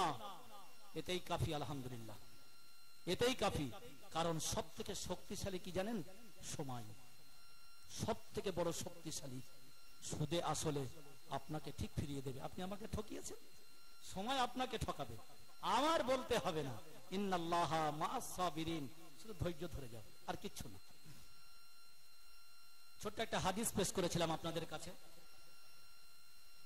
عن ابي هريره رضي الله تعالى عنه ان رسول الله صلى الله عليه وسلم اذا مات الانسان انقطع عنه عمله الا من ثلاث او كما قال عليه الصلاه والتسليم। খুব ইম্পর্টেন্ট, খুব মনোযোগ করে শুনবো ইনশাআল্লাহ। এর ফায়দা, এর উপকারী, এর খুসুসিয়াত এর মূল্যায়ন আমরা কিভাবে করব বুঝতে পারবো। ইদা মাতাল ইনসানা ইনকাতা আনহু আমালু। আপনারা বসে আছেন, কোরআন হাদিসের আলোকে কিছু শুনছেন, আল্লাহ এ অধম দিয়ে কিছু বলিয়ে নিচ্ছে। এই সময়টা আপনাদের চিন্তা চেতনায় আউটসাইড কিচ্ছু নেই। আমি আপনাদের সুবহানাল্লাহ বলছি, আপনারা বলছেন 10টা করে নেকি। তাহলে যদি 10 বার পড়েন 100, বিনা ইনভেস্টে বেনিফিট। এসার আজান হলো, বাড়ি থেকে কষ্ট করে নামাজ পড়তে হলো, আবার বাড়ি গেলেন, কিন্তু এখানে বসে 100 বার সুবহানাল্লাহ পড়লেন, তার মানে আল্লাহ পুত পবিত্র। 10 10 100। এর জন্য আপনাকে 10 টাকা ইনভেস্ট করতে হয়নি, জমা দিতে হয়নি, তার বিনিময়ে কিছু পাবো। বরং এই 10 বার 100 বার হবার পরেই আপনার বেনিফিট মিলে গেল 100 নেকির খাতায় লেখা হয়ে গেল। কারো 14 পুরুষের ক্ষমতা নেই, ওই নেকিটা এরকম করে চিক মেরে দেবে। কিয়ামতের ময়দানে আল্লাহ আপনার একটা টেবিল দিয়ে দেবে, নোটবুক বলেন আর খাতা বলেন আর ডায়েরি বলেন, অমুক তারিখে অমুক সালে বান্দা তুমি এত বছর জিন্দেগিতে বেঁচেছিলে, একজন ওয়াজ করছিল তুমি শুনছিলে, তুমি 200 বার সুবহানাল্লাহ পড়েছিলে, তার রেকর্ড আমি ওই নোটবুকে দিয়ে দিয়েছি, একবার মিলিয়ে নাও। কিন্তু ইনকাতা আনহু আমালু, যেই আল্লাহ আপনাকে ডেকে নেবে, আল্লাহ আমলের রাস্তাটা ব্লক করে দিল, বন্ধ। না নামাজ পড়লে সওয়াব হবে, না যাকাত দিলে হবে, না রমজানুল মুবারকে রোজা রাখলে, না জলসায় গিয়ে সুবহানাল্লাহ পড়লে, না কোরআন হাদিসের আলোকে কিছু শোনা, আল্লাহ সব বন্ধ করে দিলেন। ইনকাতা আনহু আমালু ইদা মাতাল ইনসান, যেই কোনো মানুষ মারা যায়, আল্লাহ সান্নিধ্যে চলে আসে, আমি আল্লাহ তার আমলটা ব্লক করে দিই। এবারে সব থেকে মজার কথা, ইল্লা মিন সালাস, 3টে জিনিস অব্যাহত থাকে। বারজাক বলা হয় কবর, আর এই কবর থেকে কাল কিয়ামত পর্যন্ত এই সময়টা বলা হয় বারজাখ। আপনি এই 3টে জিনিস যদি হায়াতে জিন্দেগিতে করে যেতে পারেন, কাল কিয়ামত পর্যন্ত আপনি নেকি পাবেন ইনশাআল্লাহ। কি সুন্দর আল্লাহ শেখানো ভাষা। as-সাদাকাতু জারিয়া, আমার রাসূলুল্লাহ নাম্বার 1-এ রাখলেন সাদাকায়ে জারিয়া। কেন মাদ্রাসায় বেশি বেশি দান করতে বলা হয়? এটা তো একবার অনুভূতি দিয়ে ভাবেন না। আজকে ভাবেন দিন যে গ্রামের মাদ্রাসাটা চলছে টোটালটাই দানের উপরে। না ওই মাদ্রাসার জন্য কেউ 5 বিঘা জমি কেউ হয়তো ওয়াকফ করেছে, তাও নাই। না হয়তো তার এমন কোন একটা ঘর ভাড়া আছে, তার বিনিময়ে মাসে কিছু পয়সা আসে, তাও না। আপনি কিছু যাকাত দেন, কিছু ফিতরা দেন, কুরবানির সময় গরুর চামড়াটা বিক্রি করে তার মূল্যটা মাদ্রাসায় পাঠিয়ে দেন। যে সমস্ত তলেবুল ইলমরা মাদ্রাসায় পড়ে, হয়তো তাদের মাসিক একটা চাঁদা সিস্টেম আছে, নাই 200 নাই 500 নাই 300 নাই 250 নাই 100, তার বিনিময়ে সুন্দর একটা বক্স তৈরি হয়, একটা ফান্ড তৈরি হয়। যদি তারা আবাসিক হয়, তাদের পিছনে পার ডে 100 ছেলের পিছনে দুপুর আর রাতে কত কেজি করে চাল রান্না করতে হচ্ছে, আপনি একবার ক্যালকুলেটর করে নেন। লাস্টে আপনারা যত দিয়েছিলেন, মাসের শেষে দেখা গেল 10,000 টাকা ঘাটতি। তাহলে যদি বছর শেষে প্রত্যেক মাসে 10,000 টাকা ঘাটতি হয়, তাহলে এক বছরে তার নিট ফল দাঁড়ালো 1,20,000। কোথা থেকে দেবেন? শিক্ষকদের বলছেন আপনারা যাকাতের পয়সা তুলে মাইনেটা ভুগতান করে নেবেন। কেন কেন বলছেন? তাদের মেহনত নেই। আজকের 12টা মাস, হয়তো একটা মাস তারা ছুটি পায় রোজা। আজকের পুজোর ছুটি হচ্ছে স্কুলের 1 মাস, গরমের ছুটি হচ্ছে স্কুলের 1 মাস। আপনি একজন মসজিদের সেক্রেটারি, আপনার শালীর বিয়ে হচ্ছে 1 সপ্তাহ ছুটি। আপনি একজন ক্যাশিয়ার, আপনার মেয়ের বিয়ে হচ্ছে 4 দিন, আপনার মসজিদে দেখা নেই। ইমাম সাহেব এসার পরে 10 বার পায়খানা ফিরলেও তাকে ফজরের নামাজ পড়াতে হয়। বরং যদি নামাজ না হয়, ওই খাচ্ছে আর ঘুমোচ্ছে। এটাই তো সার্টিফিকেট। অন্তরে হাত দিয়ে বলেন দিন যে আমি কথাটা ভুল বললাম, তাহলে উইথড্র করে নেব। আর যদি ঠিক বলি, তাহলে মূল্যায়ন করেন। যে ঘুমোচ্ছে সেটাকে history, math, life science, geography, Bangla, ব্যাকরণ না, বরং ওই ছেলেটা 4 বছর ধরে কোরআনকে হেফজ করেছে, 2 বছর তাকে দৌড় দিয়েছে, 6 বছর মায়ের কোল থেকে মা তাকে রেখে এসেছিল মাদ্রাসায়। যে সময়টা মায়ের কোলে স্নেহে আদর মায়া মমতায় প্রেম প্রীতি ভালোবাসাই তাকে কোলের মধ্যে মা রাখবে, তার মায়ের একটা ইচ্ছা ছিল, তামান্না ছিল, আল্লাহ আমার সন্তানকে দ্বীনের দায়ী বানাবো, আমার সন্তানকে কোরআনের হাফেজ বানাবো। তাই সেই কোল থেকে মাদ্রাসায় রেখে এসেছিল 7 বছর 8 বছর 9 বছর ছেলেটা। হুজুর বলছে ওঠ, বলল হুজুর বিছানায় পেশাব ফিরে ফেলেছি। আবার ওই মাদ্রাসার ওস্তাদ বলছে যা বাবা কোমর পর্যন্ত ধুয়ে নে। হুজুর ওই বিছানাটা সুন্দর করে ধুয়ে মেলে দিল। আর তার বিনিময়ে আজকের সেই ছেলেটা শিক্ষা অর্জন করলো। আজকের এই তো ছেলেগুলো কত সুন্দর তেলাওয়াত, আপনাদের অর্থের বিনিময়ে তাদের হাতে কত সুন্দর একটা প্রাইজ তুলে দিলেন। তাহলে আপনি একবারও ভাবলেন না যে ওই ছেলেটাকে গালাগালি করছেন, ওই ছেলেটা এসব ফকিরি বিদ্যা। এই তো এখন ওই আমার ছেলে হাফেজ আলেম হয়ে কি হবে, নাই মসজিদে ইমামতি করবে, নাই মক্তবে পড়াবে, নাই কোনো মাদ্রাসায় পড়াবে। দেখ আমার ছেলেটা ব্রিলিয়ান্ট ছিল, আজকের গভর্নমেন্ট সার্ভিসে একটা কলেজের প্রফেসর, নতুবা একটা হাই স্কুলের সহশিক্ষক, নতুবা একটা হাই স্কুলের হেডমাস্টার। তার স্যালারি যারা বিএড করা বর্তমান সহশিক্ষকের মাইনে 80,000, আর যে হেডমাস্টার 1,20,000। বরং ও যখন আসছে বাড়িতে, হয়তো দেখা গেল অনেক দূরে চাকরি পেয়েছে, হয়তো 4টে-5টা হয়ে যাচ্ছে, মাগরিবের আজান হচ্ছে, এসে বিবিকে বললো একটু পানি দাও, গোসল করে সুন্দর করে 1 কাপ বা কফি চা খেয়ে রিমোটটা টিপে দিল, সিরিয়াল। ঠিক ওটাই আপনি উল্টো করে একবার দেখেন, যে ছেলেটাকে মক্তব সর্বপ্রথম পাঠিয়েছিলেন, তাকে প্রথম বলা হয়েছিল আউযু বিল্লাহি মিনাশ শাইতানির রাজিম।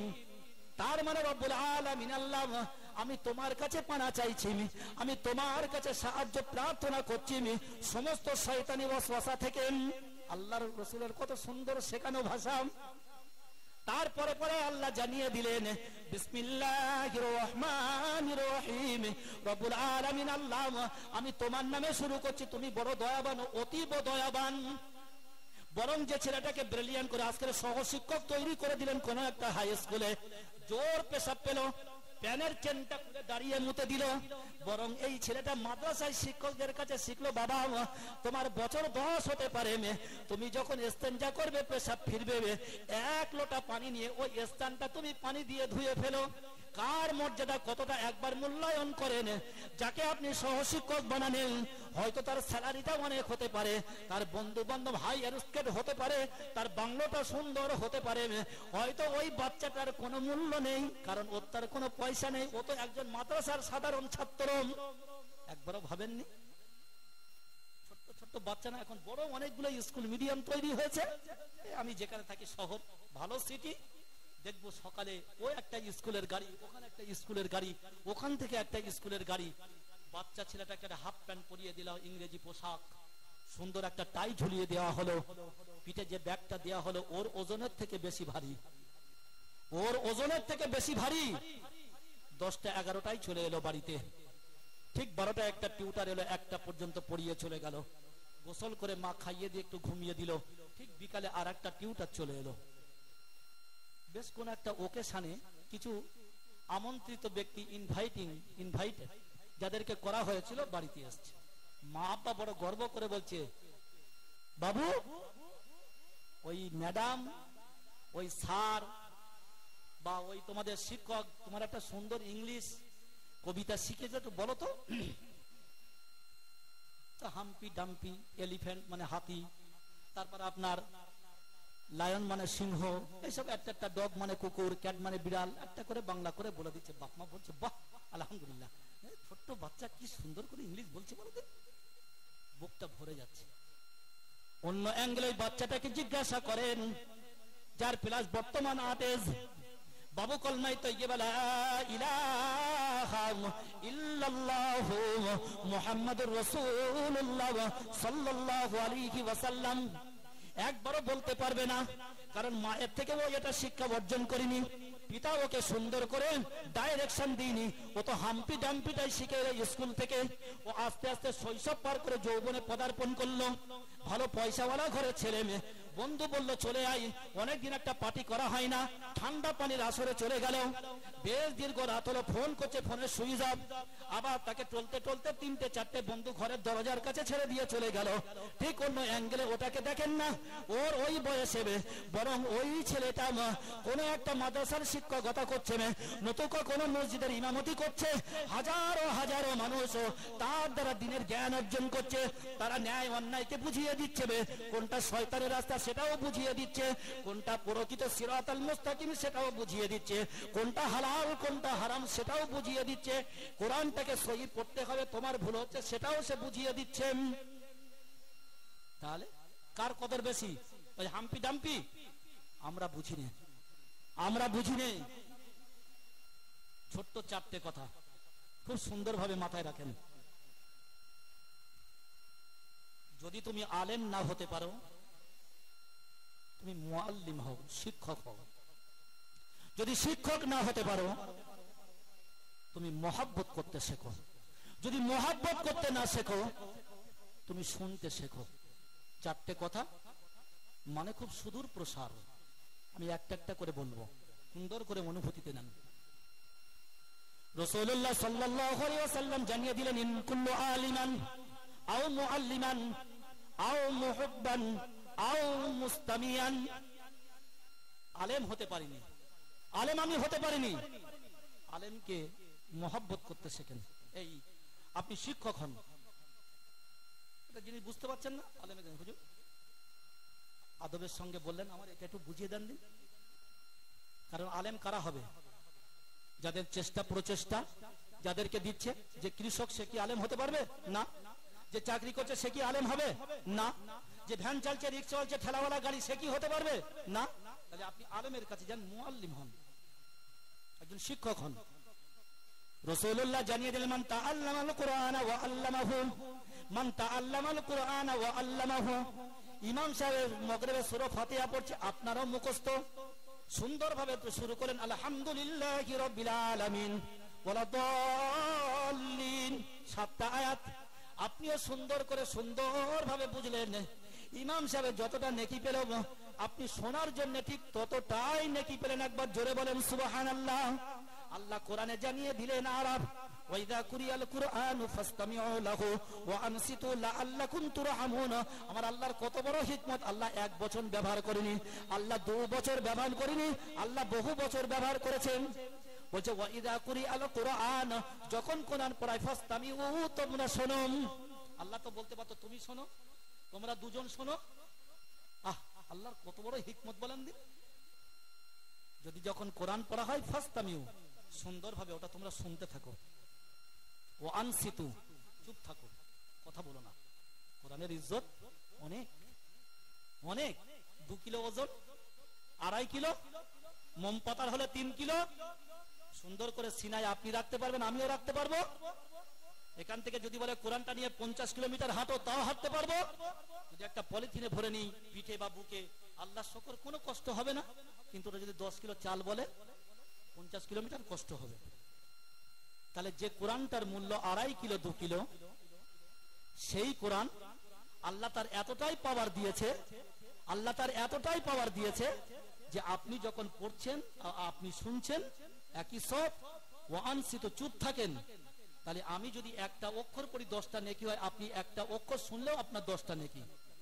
আল্লাহ শেষ অংশে সুন্দর করে বান্দাকে আরো 1 ধাপ এগিয়ে দিলেন, লাআল্লাকুম তুরহামুন। বান্দা আমি তোমাকে 3টে অপশন দিয়েছি।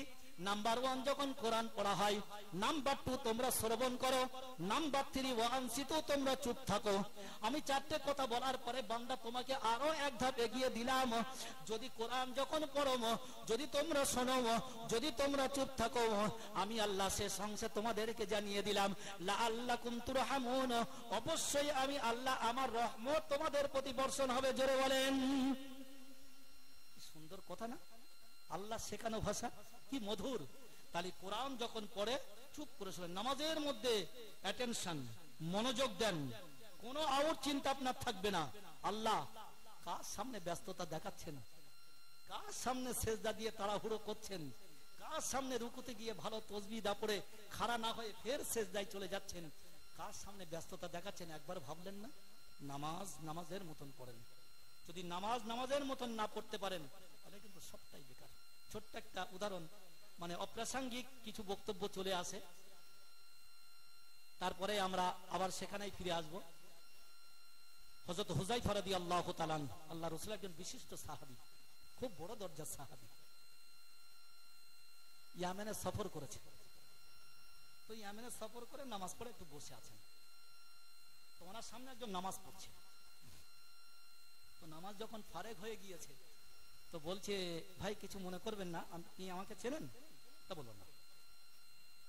তো বলে, আমি আল্লাহ রাসূলের একজন সাহাবী, আমার নাম হুযায়ফা রাদিয়াল্লাহু তাআলা আনহু। তা বলছে, আমি আপনাকে একটা কথা বলবো? বললো, হ্যাঁ বলেন। তা বলছে, আপনি কতদিন ধরে নামাজ পড়ছেন? তা বলছে, আমি 40 বছর ধরে নামাজ পড়ছি।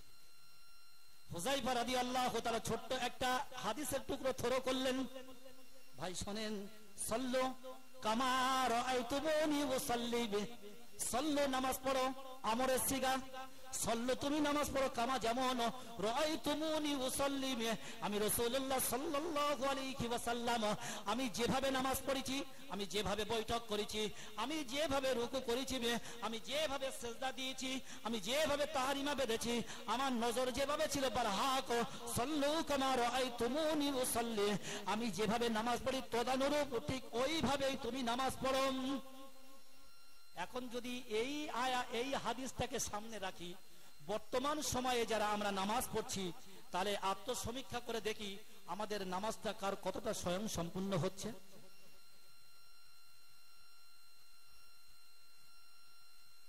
দরুদ শরীফ, আল্লাহুম্মা সাল্লি আলা মুহাম্মদ ওয়া আলা আলি মুহাম্মদ কামা সাল্লাইতা আলা ইব্রাহিম ওয়া আলা আলি ইব্রাহিম ইন্নাকা হামিদুম মাজিদ।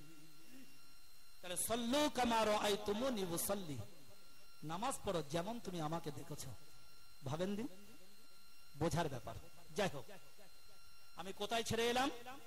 as-সাদাকাতু জারিয়া, মাদ্রাসায় অধিক পরিমাণে দান করতে হবে। মাদ্রাসায় দান, জানেন এই যে সাদকায়ে জারিয়া, আজকের এই মসজিদটা চলছে, দুটো পাখা নেই। আপনার মা মারা গিয়েছে, আপনার ইচ্ছা আমি কলমাখানি কোলখানি কিছু করব না, আল্লাহ যতটুকু আমাকে দিয়েছে 30-40 হাজার টাকা আমি আল্লাহর ঘরে দেবো। একটা সাইডে প্লাস্টার বাকি আছে, আমাদের মাইকার ফোনটাও খারাপ হয়ে গিয়েছে, মাইকের মেশিনটাও প্রয়োজন অনেকদিন হয়ে গেছে, আওয়াজগুলো ঠিক আমাদের গ্রামবাসীর কানে পৌঁছাচ্ছে না, আজানগুলো আপনি কিনে দিলেন। আমি আল্লাহকে সাক্ষী রেখে বলছি, খোদার কসম করে বলছি, ওই বারজাক থেকে আপনার মা, আপনার পিতা, ওই 30,000, 40,000, 20,000, 22,000, 15,000 আপনি যা কিনে দিয়েছেন, দুটো ফ্যান চলছে, মুসল্লিরা হাওয়া খাচ্ছে, গায়ে পাসিনা জমছে না, কত সুন্দর করে আল্লাহ যে ফ্যান দুটো কিনে দিয়ে গেছে, আল্লাহ তুমি তাকে ভালো রেখো। এই যে দোয়া, কিয়ামত পর্যন্ত তারা চলে যাবে, আবার এক জেনারেশন আসবে, তারা চলে যাবে, আবার এক জেনারেশন আসবে। সব সময় সাদকায়ে জারিয়া মানে জোয়ার ভাটা, একটা নালা দিয়ে অনবরত পানি চলছে, একটা চাপাকল, পার ডে তার কোনো বিরতি নেই, দেখেন ড্রেন সব সময় ভিজে, সব সময় চলছে, এটাকেই বলা হয় সাদকায়ে জারিয়া, চলমান। অতএব সব সময় মাদ্রাসা দেন, ওই মাদ্রাসার বিনিময়ে আজকের যারা ওয়াসাতিজায়ে কিরাম, কত মেহনত তাদের, যারা হেফজ বিভাগ ফজরে উঠছে তাহাজ্জুদের ওয়াক্তে, তাদেরকে ডেকে দিচ্ছে, বাচ্চাদের ওই সময় জেহেনটা ভালো থাকে, খুব সুন্দর জেহেনটা থাকে, ওই সময় কোরআন যদি একবার পড়ে আলহামদুলিল্লাহ সুন্দর করে পড়ে নেয়। আমি 1990 সালে যখন পড়তাম, ওটা হচ্ছে 15 লাইন করে হেফজ কোরআনে, 30 লাইন।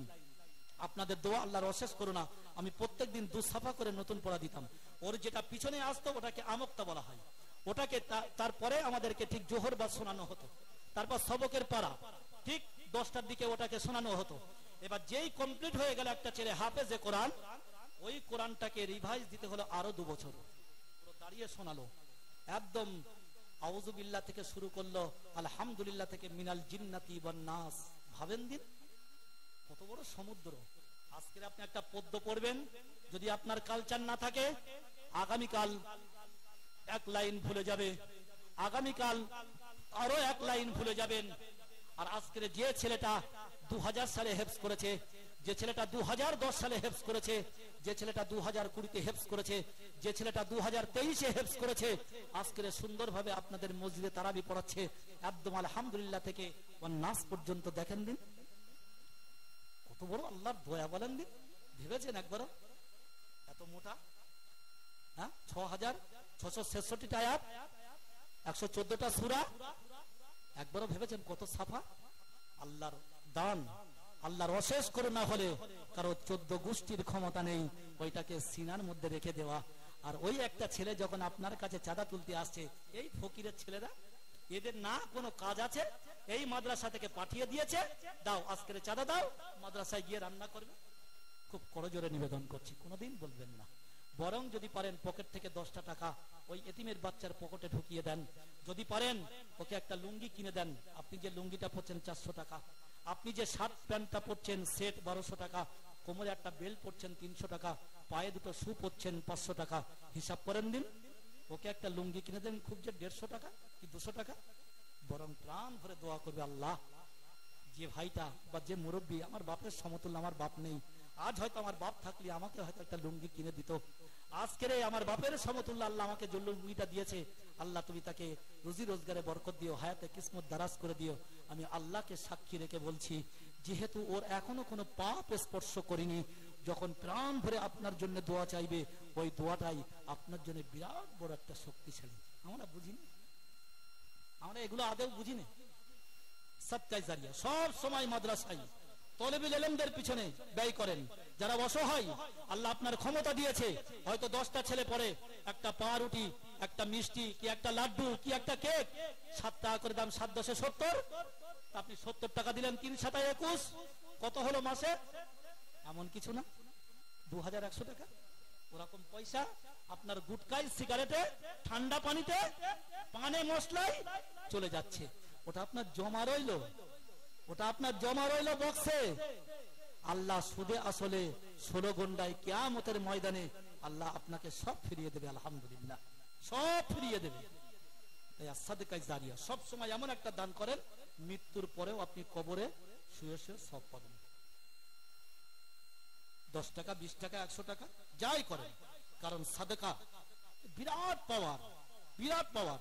আপনি এখান থেকে ক্যানিং বাজারে যাবেন 14 কিলোমিটার, আপনার মেয়ে জামাই আসছে, আপনার স্ত্রী একটা লিস্ট ধরিয়ে দিয়েছে, 3টে ব্যাগ দিয়েছে, বাইকে হোক, 4 চাকায় হোক, অটো রিক্সায় হোক, যেভাবে আপনি যাচ্ছেন তো যাবেন। এখন দেখা গেল এই যে যেতে যেতে হয়তো আপনি যেই বাজারটা নিয়ে ফিরবেন, আপনার জন্য মৃত্যু অপেক্ষা করছে। বা হয়তো আজকেরে আপনি কোথাও একটা রুটিন করেছেন, প্রোগ্রাম করেছেন, সফর করবেন, আজকেরে হচ্ছে বৃহস্পতিবার, শনিবার, হয়তো দেখা গেল ঠিক 12টা 1টার দিকে বার হবেন, 4টের জন্য আপনার রাস্তায় বিরাট বড় একটা বিপদ অপেক্ষা করছে। আমার রাসূলুল্লাহ সাল্লাল্লাহু আলাইহি সাল্লাম বলছেন, বান্দা তুমি প্রতিদিন একটা সাদকা দিতে থাকো, 50 টাকা হোক, 20 টাকা হোক, 20 টাকা হোক, 10 টাকা হোক, ওটা গোপনে কাউকে তুমি জানিও না। ওই যে শনিবারে বিকাল 4টেই যে বিপদটা তোমার জন্য অপেক্ষা করছিল, এই যে তুমি সাদকাটা দিলে, আমি আল্লাহ ওই সাদকার বিনিময়ে ওই বিপদটাকে তোমাকে ঢাল করে দিলাম। জোরে বলেন সুবহানাল্লাহ। এত পাওয়ার, এতটাই পাওয়ার। যাই হোক, তাহলে নাম্বার 1 শিখলাম, যদি আমি মরে যাই আমার আমলের দরজা আল্লাহ বন্ধ করে দেবে, আর আমল লেখার আর কোনো রাস্তা নেই। এক্সেপশন, স্বতন্ত্র, নাম্বার 1, নাম্বার 2, নাম্বার 3, 3টে অপশন একটা বায়ান করলাম। নাম্বার 2, আও ইলমু ইয়ানতাফা, যে কথা পূর্বে বলছিলাম ঠিক সেই কথাটা এই হাদিসের মধ্যে এসে গেল। আমি ততটা হয়তো আপনাদের মেমোরিতে দিতে পারছি না, এটা হয়তো আমার ব্যর্থ হতে পারে, ব্যর্থতা জানি না। রব্বুল আলামিন আল্লাহ আপনারা কতটুকু নিতে পারছেন তাও বলতে পারবো না। তাহলে আও ইলমু ইয়ানতাফা, একজন যোগ্য আলেমে দ্বীন, একজন হাফেজে কোরআন, একজন মুফতি সাহেব, আল্লাহ তাকে বেশ কিছু ভালো জ্ঞান দিয়ে দুনিয়ার বুকে পাঠিয়ে দিয়েছেন। এবং দেখা গেল একটা পারাম, নাম্বার 1 সূরা বাকারা, 1 পারা গেল, 2 পারা গেল, 3 পারার মাঝামাঝি গিয়ে শেষ হলো, তারপরে আলে ইমরান শুরু হলো। আল্লাহ তাকে এতটা জ্ঞান দিয়েছে, ওই নামাজে ইমামতি করার ভিতর দিয়ে, কোন একটা মাদ্রাসায় শিক্ষকতার ভিতর দিয়ে ওর একটা সিদ্ধান্ত নিয়ে নিল, আল্লাহ তুমি আমাকে যা জ্ঞান দিয়েছো সেই বেশ কিছু কিতাবের ভিতরে সার্চ করে আমি এই সূরা ফাতিহা থেকে আর সূরা বাকারার ওয়া আনতা মিনাল কাফিরিন এই পর্যন্ত আমি তাফসীর লিখব। আল্লাহর অশেষ করুণা এবং দয়া, একটু একটু করে করে করে করে 2 বছর, 1 বছর, 6 মাস, 9 মাস, 12 মাসে সুন্দর 2.5 পারার একটা তাফসীর সুন্দরভাবে মুকাম্মাল লিখে দিলাম। চলে গেল, মারা গেল, আল্লাহ তার সান্নিধ্যে তাকে ডেকে নিয়েছে। আপনাদের মসজিদে 4-5টা ওই কিতাব আছে, অমুকের ছেলে অমুক আলেম, হাফেজ, মুফতি, দ্বীনের দায় বলে তার একটা সই আছে এবং তার শিক্ষকদের কিছু অভিমত সেখানে পেশ করেছে। আপনি 10 মিনিট বাকি কিতাবটা আলমারি থেকে পড়লেন, কিতাবটা পেড়ে পেড়ে দেখছেন, এই আয়াতটা আল্লাহ এই বলতে চেয়েছে। ঠিক দ্বিতীয় সাফাই খুললেন, খতামাল্লাহু আলা কুলুবিহিম ওয়া আলা সামঈহিম ওয়া আলা আবসারিহিম গিশাওয়া। কারণ রাসূলুল্লাহকে বেশ কিছু মানে, হ্যাঁ ইয়া রাসূলুল্লাহ আপনার প্রতি আমরা ঈমান এনেছি, কোনো অসুবিধা নেই, ঈমান আনবো না কেন? ইযা জাআল মুনাফিকুনা ক্বালু নাশহাদু ইন্নাকা লা রাসূলুল্লাহ ওয়াল্লাহু ইয়ালামু ইন্নাকা লা রাসূলুহু ওয়াল্লাহু ইয়াশহাদু ইন্নাল মুনাফিকিনা লাকাযিবুন। আমার আল্লাহ সঙ্গে সঙ্গে জিবরাইল মারফত আয়াত ফরো করে দিলেন, আমার মুহাম্মদ সাল্লাল্লাহু আলাইহি ওয়াসাল্লামকে জানিয়ে দাও, ইযা জাআল মুনাফিকুন, যখন মুনাফিকরা আপনাদের কাছে আসে, ক্বালু তারা বলে, নাশহাদু ইন্নাকা লা রাসূলুল্লাহ, বেশক অবশ্যই আপনি আল্লাহর রাসূল। আমার আল্লাহ কত বড় হিকমত বলেন দিন, সঙ্গে সঙ্গে আয়াত নাযিল করে দিলেন, আল্লাহু ইয়াশহাদু ইন্নাল মুনাফিকিনা লাকাযিবুন। ইয়া রাসূলুল্লাহ, আপনি জানেন না ওরা বারহাক মুনাফিক, ওরা আপনার সামনে বলছে ইন্নাকা লা রাসূলু, বারহাক আমরা সাক্ষী দিচ্ছি আপনি আল্লাহর রাসূল, কিন্তু রাসূল আমি আপনাকে বলছি ওরা 1 নম্বর মিথ্যাবাদী, ওরা 1 নম্বর মিথ্যাবাদী। এখন এই তাফসীরটা আলমারি থেকে পেড়ে টুকরো টুকরো করে পড়ছেন, কি সুন্দর করে লেখা আছে, খতামাল্লাহু আলা কুলুবিহিম, আমি তাদের অন্তরে খত করে দিয়েছি, সিল মেরে দিয়েছি। এটা স্বাভাবিক, আপনি নামাজ পড়েন না, কিচ্ছু করেন না, এর গীবত, ওর পরচর্চা, ওর কি করেছে না করেছে, সেই জুমার দিন মনে হলো তো বইয়ে চাপে হোক, পাড়া প্রতিবেশীর মানে কথার ভিতরে হোক, হয়তো দেখা গেল আপনি জুমার নামাজটা আদায় করলেন, আর বছরে মাআসিত্তাতে তাকবীরাতে ঈদুল আযহা, ঈদুল ফিতর 2 রাকাত করে 4 রাকাত ইমামের পিছনে পড়লেন, বাস আপনার জিম্মা থেকে আপনি খালাস।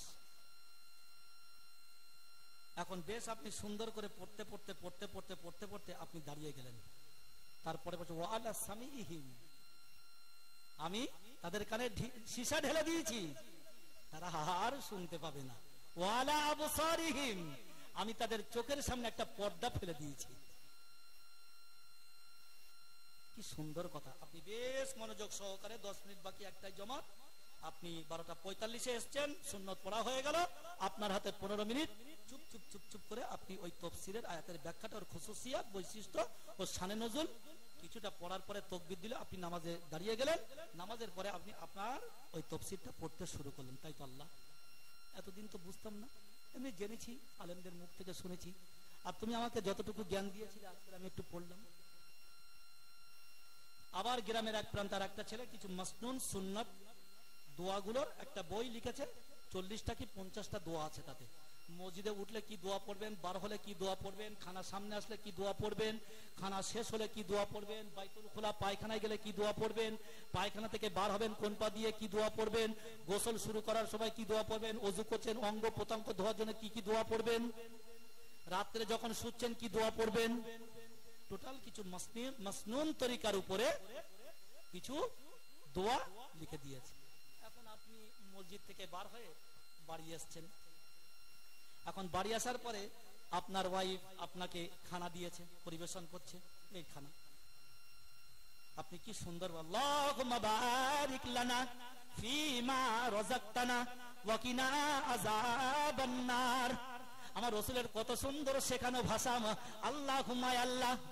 তাহলে এট এ টাইমে শুধু আপনি নয়, আপনার বাড়ি 10 জন সদস্য 10 জনই বলছে আল্লাহুম্মা আল্লাহ, পাশের বাড়িতে 10 জন ফ্যামিলি তারাও বলছে আল্লাহুম্মা আল্লাহ, অন্য একটা গ্রামে যখন খেতে বসছে তারাও বলছে আল্লাহুম্মা। কি সুন্দর আল্লাহ সিস্টেমটা করে দিয়েছে, ভাবেন, আল্লাহুম্মা আল্লাহ বারিক লানা, আপনি বরকত দান করেন আমাদের জন্য, আপনি বলেননি বারিক লি আমার জন্য, বারিক লানা উইথ মেম্বার সবাইকে নিয়ে যখন খাচ্ছেন আপনি বলছেন আল্লাহুম্মা বারিক লানা রব্বুল আলামিন, আল্লাহ আমাদের এর মধ্যে বরকত দান করুন। কি সুন্দর বলেন দিন। ইমাম সাহেব দোয়া করে রব্বানা, বলে রব্বি, ব্যক্তিগতভাবে যখন দোয়া করে তখন বলে আই রব্বি, আল্লাহ, আই আমার আল্লাহ। যখন বলছে রব্বানা আমাদের আল্লাহ, আবার বলছে রব্বানা আতিনা ফিদ দুনিয়া আমাদের আল্লাহ, রব্বানা সরিফান্না আযাবা জাহান্নাম আমাদের আল্লাহ, রব্বানা ফাগফির লানা যুনুবানা আমাদের আল্লাহ, রব্বানা আতিম লানা আমাদের আল্লাহ। আল্লাহ যত জায়গায় এই কোরআন পাকে মানে এগুলো ফিট করেছে সব রব্বানা আমাদের আল্লাহ। আবার আপনি নামাজের পরে বলছেন রব্বানা আমাদের আল্লাহ, আবার আপনার পাশে একজন মুসল্লি ভাই বলছে রব্বানা আমাদের আল্লাহ। আল্লাহর শেখানো ভাষা দেখেন কতটা চমৎকার, কতটা তৃপ্তিদায়ক, কতটা মনকে কত সুন্দর আনন্দিত করেন। এগুলো পড়বেন আর ভাববেন তো, তাহলে তো ভালো লাগবে আমার আপনার। কিন্তু আমরা পড়তে হয় পড়ছি, মানেটা বুঝলাম না। তাহলে যদি মনে করি যে একজন আলেমে দিন, যোগ্য আলেম, কোন তার মরণের পরবর্তীতে সে আপনার ওই জ্ঞানের পরিবর্তে অনেক পৃথিবীর মানুষ এই মানে জ্ঞানের ভিত্তিতে তারা কিছু উপকার পেয়েছে, এটা আমি জানতাম না, আমি জেনে গেলাম। এটা আমি বুঝিনি, আমি বুঝে গেলাম, বরং সেটা পড়লাম, সুন্দর করে মুখস্থ করলাম। লাস্টে দেখছেন আপনাদেরই এই গ্রামের এক যোগ্য মায়ের সন্তান, এক যোগ্য পিতার জন্ম দেওয়া সন্তান, আলেম হাফেজ আব্দুল্লাহ, কি আব্দুর রহমান, কি আব্দুল করিম, কি আব্দুর রাজ্জাক, কি আব্দুল সাত্তার, তার আসল নাম আছে। রান ভরে দোয়া করলেন, আল্লাহ তোমার এই বান্দাকে জান্নাতুল ফিরদাউস মাকাম দান করো তুমি আল্লাহ। এটাও সাদকা জারিয়া। কাল কিয়ামত পর্যন্ত ওই কবর থেকে যতদিন পর্যন্ত মানফিকা ফিস সূর ফাসাইকা মান ফিস সামাওয়াতি ওয়া মান ফিল আরদ, যতক্ষণ পর্যন্ত ইস্তাফিল আলাইহিস সালাতু ওয়াস সালাম সূরে ফুঁকবে না, ততক্ষণ পর্যন্ত আল্লাহ রাব্বুল আলামিন ওই কবর থেকে, এই বারজাক থেকে কিয়ামত পর্যন্ত আপনার ওই সব অব্যাহত থাকলো। এর মসজিদে 10টা কিতাব দিলেন, ও মাদ্রাসায় 10টা কিতাব দিলেন, ওখানে 10টা কিতাব দিলেন। একটা যোগ্য আলেম দিন বড় একটা মাদ্রাসায় হয়তো বুখারী, শায়েখ বুখারী পড়াচ্ছে, নাই মিশকাত, নাই আবু দাউদ, নাই আন-নাসাই, নাই তিরমিজি, এই কিতাবগুলো সিয়াসাত্তা হাদিস, নাই ইবনে মাজাহ পড়াচ্ছে। তাহলে দেখা গেল সে 40 বছর মাদ্রাসায় শিক্ষকতা করছে। এরকম হাজারো হাজারো আলেম তার হাত দিয়ে বুখারী খতম করেছে। আজকে তারা এক একটা দিনের নক্ষত্র, গ্রামের গর্ব। ইমাম সাহেব মুয়াজ্জিন দুজনারই শরীর খারাপ, আপনার আব্বা মারা গেল, জানাজাটা কে পড়াবে? ওই যে মাদ্রাসার শিক্ষক, এই স্কুলের না, আপনার ওই গ্রামের আলেম, ওই গ্রামের হাফেজ, কারণ ও মসলা জানে, ও মসলা জানে।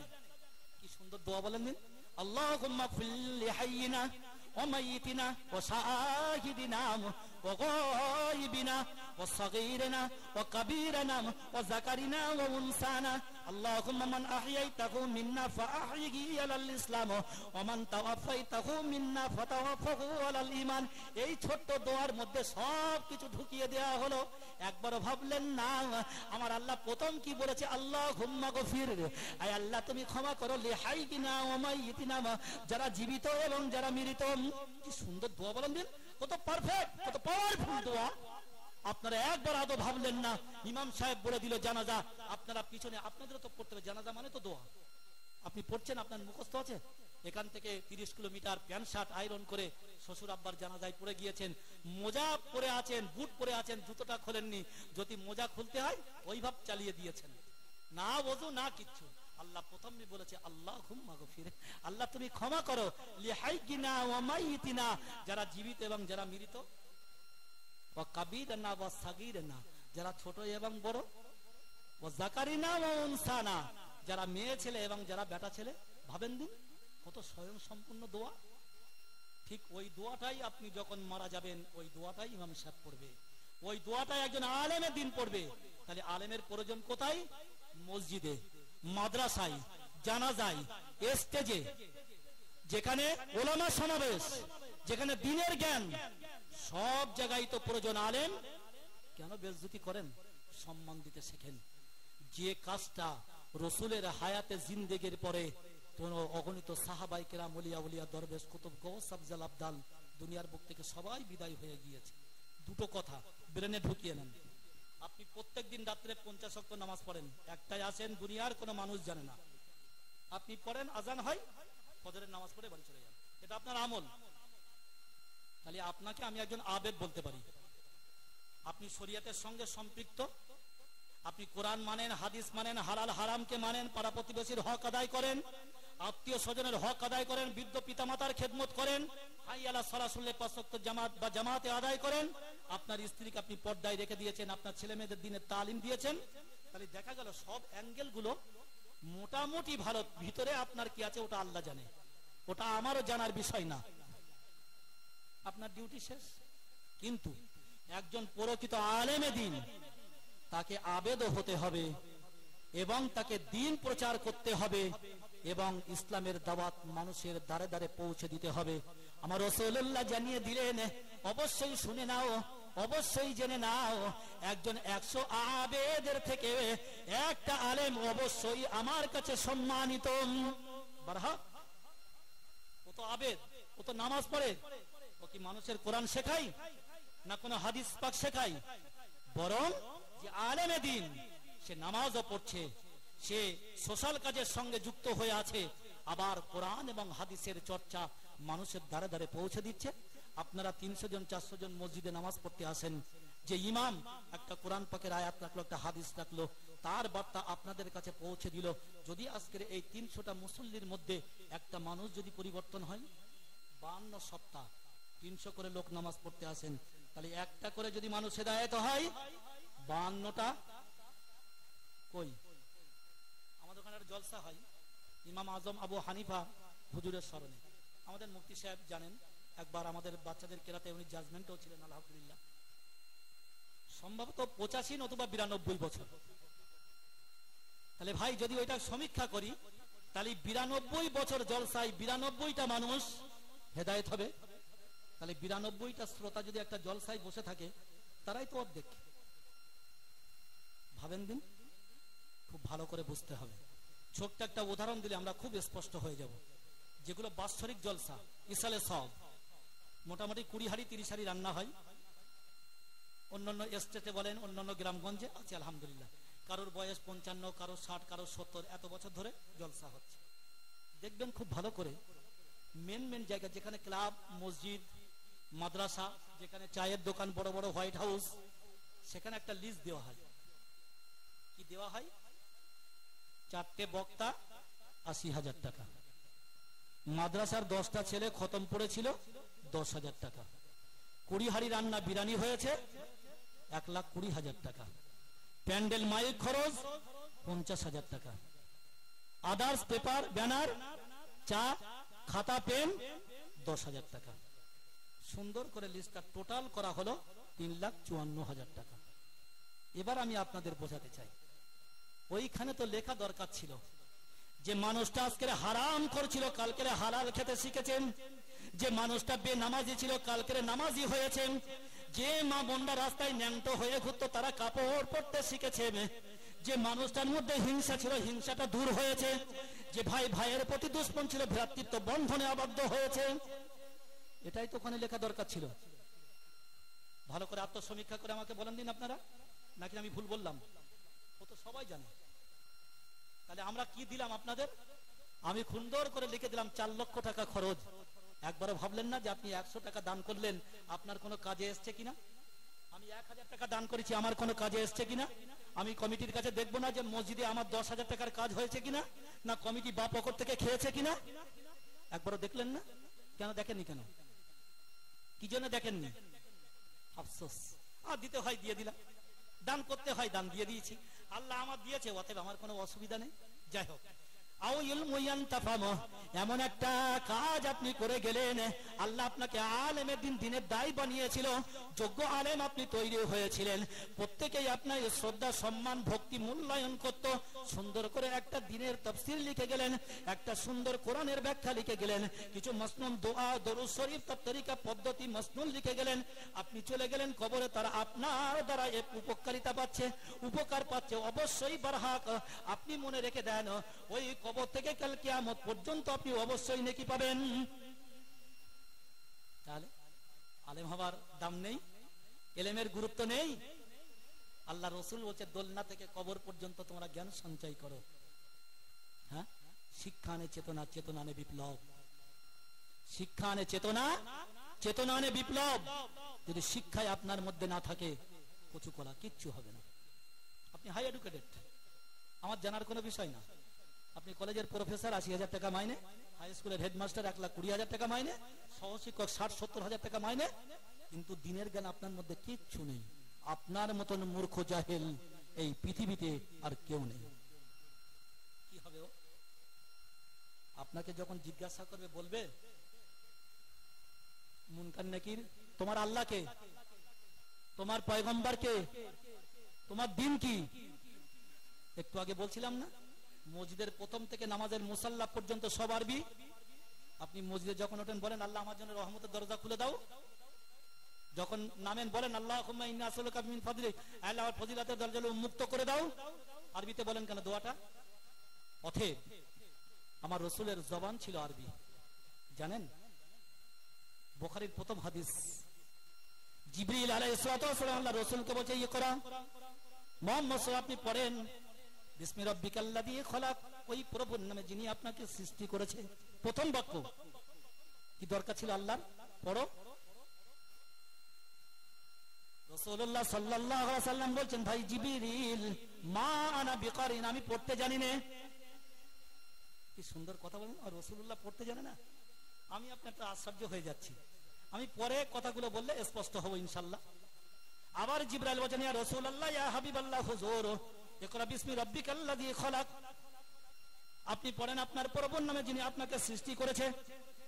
আবার রাসূলুল্লাহ বলছে ভাই জিবরিল মা আনা বিকারিন, আমি পড়তে জানি না।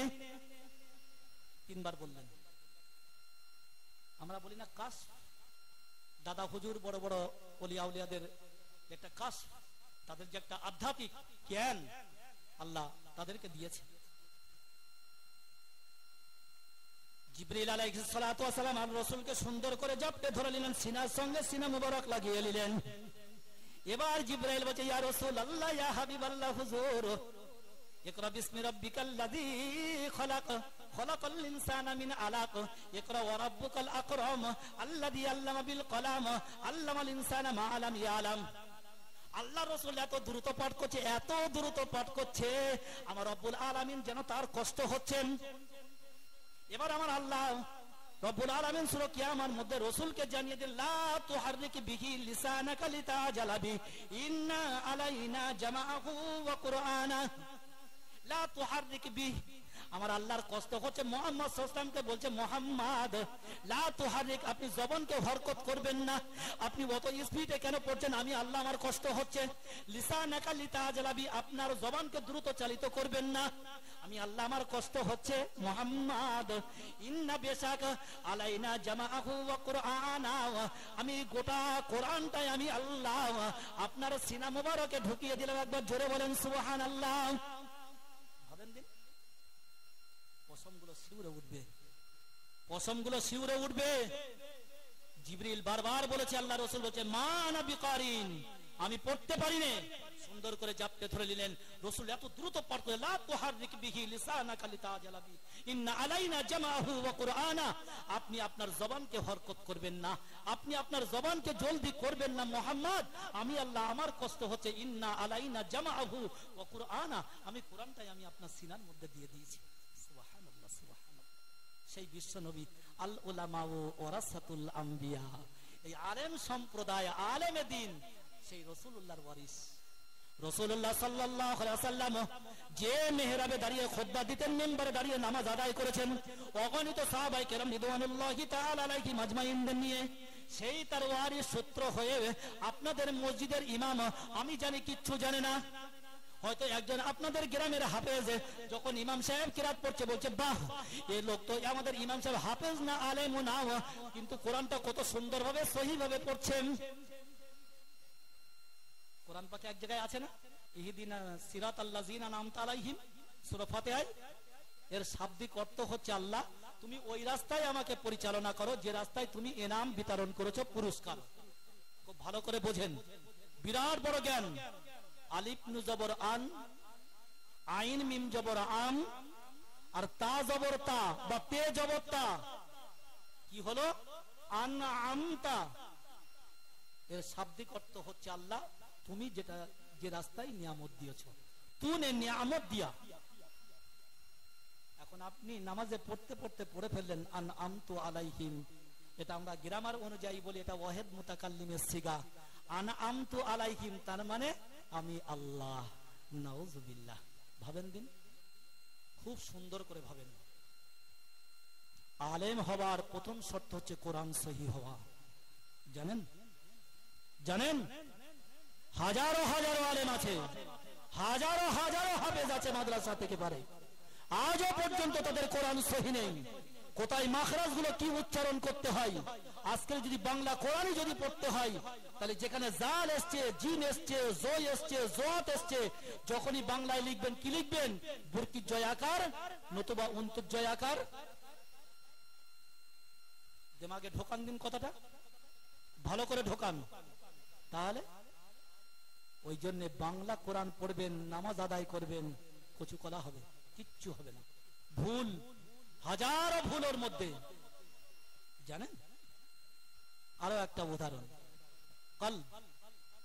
আমরা বড় কব বলি, যার উপরে দুটো নোক্তা, তা কলব। এইটা, এই যে জায়গাটা কলব, দিল, এটা দিল। আপনি ওটাকে যেই বলছেন কলবুন, কলব আর কলবুন, শুধু ভাবেন একটা বড় কাপ আর যেটা আমরা ভাষায় বলি ছোট কাপ, যার নোক্তা নেই, নোক্তা বিহীন। এই বড় কাপের উচ্চারণ কলব মানে হচ্ছে আমার দিল, আর কালবুন মানে হচ্ছে কুকুর। ভাবেন দিন, খুব ভালো করে ভাবেন, তাহলে উচ্চারণটা কেমন হবে আমার আপনার? খুব সুন্দর করে দিমাগে ঢোকান দিন। তদানুরূপ আমরা বলি আসসালামু আলাইকুম ওয়া আলাইকুমুস সালাম ওয়া রাহমাতুল্লাহি ওয়া বারাকাতুহু। তারপরে যখন মুসাফা করি কি বলি? ইয়াগফিরুল্লাহু লানা ওয়া লাকুম। তাহলে ইয়া গায়েন জবর ইয়াগ, আকসার মানুষ বলে ইয়াগফিরুল্লাহু লানা ওয়া লাকুম। এখানে বলছে ইয়াগফিরুল্লাহ, আল্লাহ তুমি আমাকে ক্ষমা করো, আর ওখানে বলছেন ইয়াগফিরুল্লাহ, আমি কুফরি করলাম। ভাবেন দিন, দিনের জ্ঞান দরকার নেই, মাদ্রাসার ছেলেদের আপনার হাসি তামাশা করছেন, একজন মসজিদের ইমাম সাহেবকে নিয়ে সমালোচনা করছেন, একটা মাদ্রাসার শিক্ষক যদি দুদিন অ্যাবসেন্ট হয় তাকে নিয়ে ঝড় তুলছেন। আপনার কি মাইনে কি মুখ দেখে দিই? কোথায় ছিলেন দুদিন? একবারও জিজ্ঞাসা করলেন না, হুজুর বাড়ি কি কারো শরীর খারাপ হয়েছিল না আপনি অসুস্থ ছিলেন, একটু ফোন করতে পারতেন? এটা সহানুভূতি, এটা শিষ্টাচার, এটা ভালোবাসা, এটা আলেমের ইজ্জত, এটা তাকে মূল্যায়ন করা। আর যেগুলো বলছেন এগুলো বেয়াদবি। আপনার কলমা নসিব হবে কিনা স্রষ্টা আল্লাহ ছাড়া পৃথিবীর আর কেউ বলতে পারবে না। আলেমের মর্যাদা, তাহলে যে জায়গাটায় রাসূলুল্লাহ দাঁড়িয়ে মিম্বার ইমামতি করেছেন, অগণিত সাহাবায়ে কেরাম ইমামতির পিছনে ইক্তেদা করেছেন, আজ একটা ইমাম যাই হোক, ভালো আলেম না হোক, ভালো হাফেজ না হোক, তবু তো আপনারা বলছেন ইক্তিদাই তো বিহাজাল ইমাম, তবু তো সে নামাজটা আদায় করছে। যে রাসূলুল্লাহ যে কাজটা করেছে, আলেমে দিনদা সেই কাজটা করছে। কোরআন দাপ্তহীন ভাষায় বা ইসরাই জানিয়ে দিলেন ইন্নামা ইয়াখশাল্লাহা মিন ইবাদিহিল উলামা। আজকের তো আপনার হাতে সুন্দর জাহান্নাম ফিটো হয়ে গেল। আজকের সরকারের কত সুন্দর চ্যালেঞ্জ দেখেন, কত সুন্দর সিস্টেম। আজকের এই 10-12 বছরের ছেলে থেকে আপ টু 50+ অ্যান্ড্রয়েড একটা সেট দিয়ে দিলেন। বরং যারা জ্ঞানী তাদের থেকে মূর্খরা ভালো, এত সুন্দর একটা ভয়েস মেসেজ পাঠিয়ে দিলেন, আর সুন্দর করে যা দরকার ছিল চলে এলাম। পর্নোগ্রাফি বলেন, অ্যাডাল্ট ফিল্ম বলেন, একটা মেয়ের সুন্দর আকৃতি বলেন। আমি আপনাদের কাছে প্রশ্ন করছি, ওই যে যুবক ছেলেটা রাত 12টা 1টা 2টো পর্যন্ত পর্নোগ্রাফি গুলো দেখছেন, ওই যে অ্যাডাল্ট ফিল্ম গুলো দেখছেন, ওই যে মেয়েটাকে নিয়ে ভাবছেন, আমি খোদার কসম করে বলছি, আল্লাহকে সাক্ষী রেখে, যতক্ষণ পর্যন্ত মেয়েটাকে দেখছে ততক্ষণ পর্যন্ত চোখের জেনা হচ্ছে। না জানি রব্বুল আলামিন আল্লাহ ওই দেখতে দেখতে যদি মালাকুল মউত এসে যায়, ইজা জাআ আজালুহুম লা ইস্তাখিরুনা সাআতাও ওয়া লা ইস্তাকদিমুন। আল্লাহ সূরা মুনাফিকের শেষ আয়াতে জানিয়ে দিলেন 28 নম্বর পারায় আল্লাহ স্পষ্ট ভাবে যে ইজা জাআ আজালুহুম, আপনি আজরাইলকে বলছেন, ভাই আজরাইল আজকের এশার নামাজটা পড়িনি, 10টা মিনিট আমাকে সময় দেওয়া হোক। আমি গত রমজানে 4টে রোজা ইচ্ছা করে করিনি, আমাকে 5টা দিন সময় দেওয়া হোক। আমি ভাইয়ের সঙ্গে দুশ্মন ছিলাম, 5টা মিনিট দেন, ভাইয়ের সঙ্গে একটু মিলেনি। আমি আমার স্ত্রীর হক আদায় করতে পারিনি, একটা দিন সময় দেন, তার হকটা আদায় করে নি। লা ইস্তাখিরুনা সাআতাও ওয়া লা ইস্তাকদিমুন, না 1 সেকেন্ড পরে হবে, না 1 সেকেন্ড আগে হবে। আল্লাহর ঘোষণা মানে অবশ্যই আপনার জানটা ওই সময় কবজ করবেন। এক মিনিট আপনাকে অবকাশ দেওয়া হবে না। অতএব কি ভাবছেন? একবারও ভাবলেন না? বরং যে আলেমে দ্বীন, ইন্নামা ইয়াখশাল্লাহা মিন ইবাদিহিল উলামা, সারাই সবথেকে আলেমে দ্বীনরা রব্বুল আলামিন আল্লাহ, আল্লাহকে সবথেকে বেশি ভয় করে, সবথেকে বেশি ভয় করে। অতএব বন্ধুবর্গ, ছোট ছোট বাচ্চা যারা মাদ্রাসা থেকে কালেকশন করতে আসে, আপনাদের গ্রাম হোক অন্য স্টেট, অন্য গ্রাম থেকে, কোনোদিন তাদেরকে ভর্ৎসনা করবেন না। যদি পারেন চায়ের দোকানে বসে একটা বিস্কুট, এক কাপ চা, একটা রুটি কি বাড়িতে নিয়ে গিয়ে হয়তো আপনি খাচ্ছেন, অল্প দুটো ভাত খাইয়ে দিলেন। শিক্ষকরা তাদেরও মেহনত, যথেষ্ট মেহনত, অন্তর থেকে ভালোবাসেন, আলেমদের ইজ্জত করেন, আল্লাহ আপনাকে ইজ্জত করবে। কারণ রাসূলুল্লাহ বলছে, হাক্কানি আলেমের হাতে মুসাফা করা মানে আমি রাসূলুল্লাহ সাল্লাল্লাহু আলাইহি ওয়াসাল্লাম আমার হাতে মুসাফা করা। কি ভাবছেন? গল্প করা কথা বলছি? আমাদের মুফতি সাহেব হুজুর আছে, ইনশাআল্লাহ রেকর্ড হচ্ছে, দুনিয়ার আলেমরা শুনবে, আমার আল্লাহ সাক্ষী আছে ইনশাআল্লাহ। যদি মিথ্যা বলে আমার আল্লাহ বিচার করবে। অতএব আলেমদের ইজ্জত করতে শেখেন। নাম্বার 3, আওয়ালাদু সালিহ, যোগ্য সন্তান। যোগ্য সন্তানকে হিস্ট্রিতে অনার্স, না যে মাধ্যমিকে 4টা সাবজেক্টে লেটার পেয়েছে, না চেনটা খুলে যে দাঁড়িয়ে পেশাব ফেরে, যে বাপের সামনে দাঁড়িয়ে বলে কি করেছো তুমি আমার জন্য, যে শ্বশুরের বাংলো পেয়ে গেল, সুন্দরী বিবি পেয়ে গেল, মাকে বৃদ্ধাশ্রমে পাঠিয়ে দিল, যাও চলে যাও, ঘরটা নোংরা হচ্ছে, 20 লাখ টাকা দিয়ে মার্বেল বসিয়েছি, তোমার পায়খানা ফেরার জন্য নাই। অতএব তোমার জীবন ছিল একটা, আজকের জীবন শেষ, তুমি তোমার ঠিকানা দেখে নাও। একবারও ভাবলেন না? একবারও ভাবলেন না? কথাটা কার বলছেন? কার বলছেন?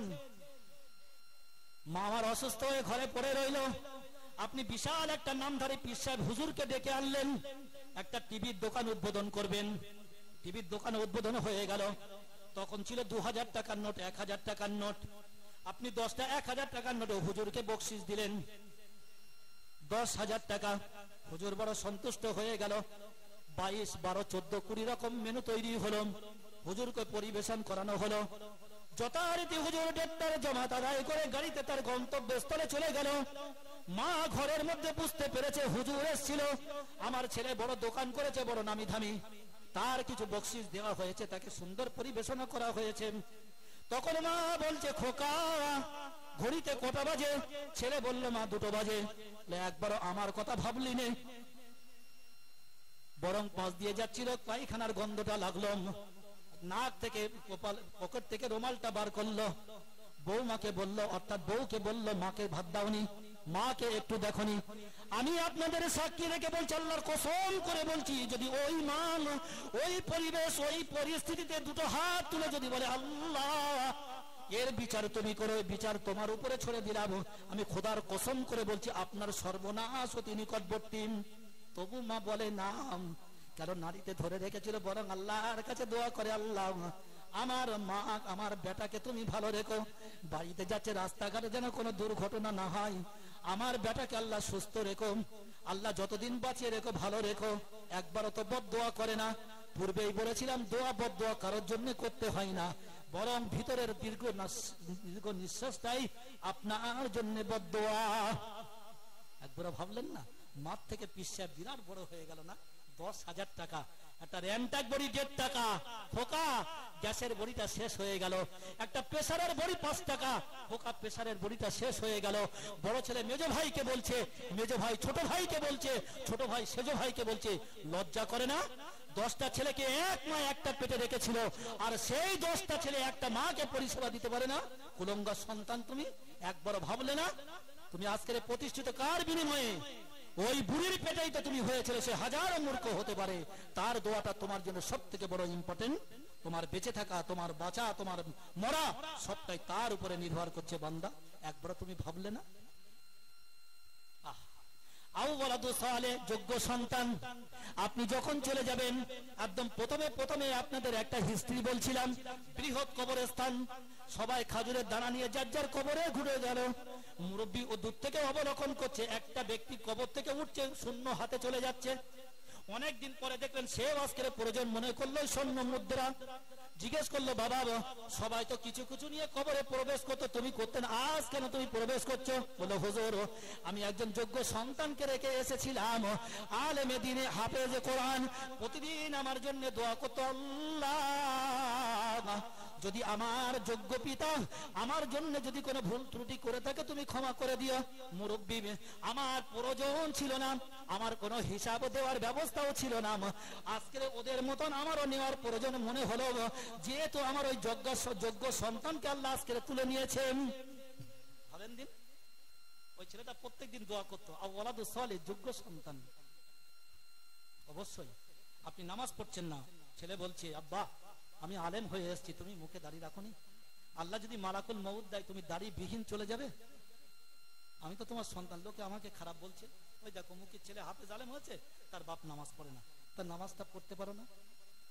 প্রত্যেক দিন একটা করে আপনাকে সুন্দর একটা গাইড দিয়ে বুঝিয়ে সম্মানের সঙ্গে, কারণ আপনার সঙ্গে আমি তো চেঁচিয়ে কথা বলবো না, আমি যতই জ্ঞানী হই, কিন্তু আপনি হচ্ছে আমার জন্মদাতা পিতা, আমি আপনার কাছে খুব ক্ষুদ্র, আমি হয়তো জ্ঞানের দিক দিয়ে আল্লাহ আমাকে বড় করতে পারে, কিন্তু সম্মানের দিক দিয়ে আপনি আমার কাছে পাহাড় সমতুল্য, অতএব অসম্ভব। খুব সুন্দর করে মার্জনা ভাষায়, শিষ্টাচার ভাষায়, ভালোবেসে ভক্তি শ্রদ্ধা দিয়ে একদিন আপনার মনে হলো, তাই তো সত্যি আমার ছেলে তো যোগ্য আলেম, হাজারো হাজারো মানুষ তাকে সম্মান দেয়, কত জায়গায় সে জলসা করতে যায়, কত মানুষ তাকে ভক্তি করে, মহাসভা আসেন, এই হুজুর এসছে একটা চা দে, এই হুজুর এসছে চেয়ারটাই বসতে দে, আপনি তাকে কত সম্মান দিচ্ছেন। হয়তো ফজরের নামাজ পড়ে চা খেতে যাচ্ছে, একটা চেয়ার, হয়তো হালকা কুয়াশা পড়লো, আমি একজন মুসল্লি হিসাবে ইমাম সাহেব বসবে বলে আমি আমার ঘাড়ের চাদরটা দিয়ে সুন্দর করে চেয়ারটা মুছে দিলাম, আমাদের ইমাম সাহেব বুঝবে, কত সম্মান বলেন দিন। কই একটা মাধ্যমিক ছেলেকে তো বলিনি, একটা বেনামাজির বেলায় তো ওটা তো মুছে দিইনি। বন্ধুবর্গ, প্রথম থেকে এ পর্যন্ত একটাই কথা বলে এসেছি, তলেবুল ইলমদের সম্মান অনেক। যখন যারা ইলম অর্জন করতে যায়, রাস্তায় মালায়েকা ফেরেশতাগুলো, যেহেতু তারা নূরের তৈরি, তাদের নূরের গায়ের পোশাক পর্যন্ত সেই বাচ্চার জন্য জমিনে বিছিয়ে দেয়। একবার জোরে বলেন সুবহানাল্লাহ। জানেন, সুন্দর করে কোরআনের জ্ঞান দেন, বাড়িতে দিনের তালিমের ব্যবস্থা করেন, আপনি 5 ওয়াক্ত নামাজ বা জামাতে আদায় করেন, আপনি আপনার স্ত্রীকে নামাজের তাগিদ দেন, আপনার আহলে খানদানকে নামাজের তাগিদ দেন। কি সুন্দর আয়াত, সূরা তোহা 16 পারার শেষ পৃষ্ঠার ঠিক মাঝামাঝি।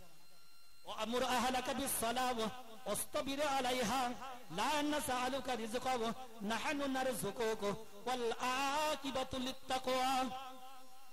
মনে হচ্ছে এক্ষুনি যেন জিবরাইল আল্লাহ রাসূলকে বলে দিয়েছে, ওয়ামুর আহলা, আমার আল্লাহ মুহাম্মদ সাল্লাল্লাহু আলাইহি ওয়াসাল্লামকে আদেশ করছেন, ওয়ামুর আহলা, আপনি আপনার আহলকে বলুন, বিসসালাতি, নামাজ পড়ার জন্য। তারপরেই বলছে ওয়াসতাবির আলাইহা, অবশ্যই মুহাম্মদ সাল্লাল্লাহু আলাইহি ওয়াসাল্লাম আপনি ওর প্রতি কায়েম থাকবেন। আপনাদের মধ্যে দেখা গেল 15 জন এশার নামাজ পড়েছেন, 15 জনের মধ্যে 15 জনের বিবি আছে বাড়ি, কেউ বলেছেন যে স্ত্রী দেখো আমি নামাজ পড়তে যাচ্ছি, তুমি নামাজটা পড়ে নাও? একজন হাত তুলে বলেন দিন। যোগ্য মেয়ে আছে, কন্যা বিবাহ যোগ্যা, হয়তো দেখাশোনাও চলছে বিয়ে দেবেন বলে, তো এশার নামাজ পড়তে আসার সময় একবার বলেছেন, মা এশার নামাজটা পড়ে নাও? ছেলেটা চায়ের দোকানে বসে আড্ডা মারছে, তো যখন এশার নামাজ পড়তে এসেছিলেন বলেছিলেন, খোকা চল না বাপ বেটা একসঙ্গে নামাজটা পড়ে আসি?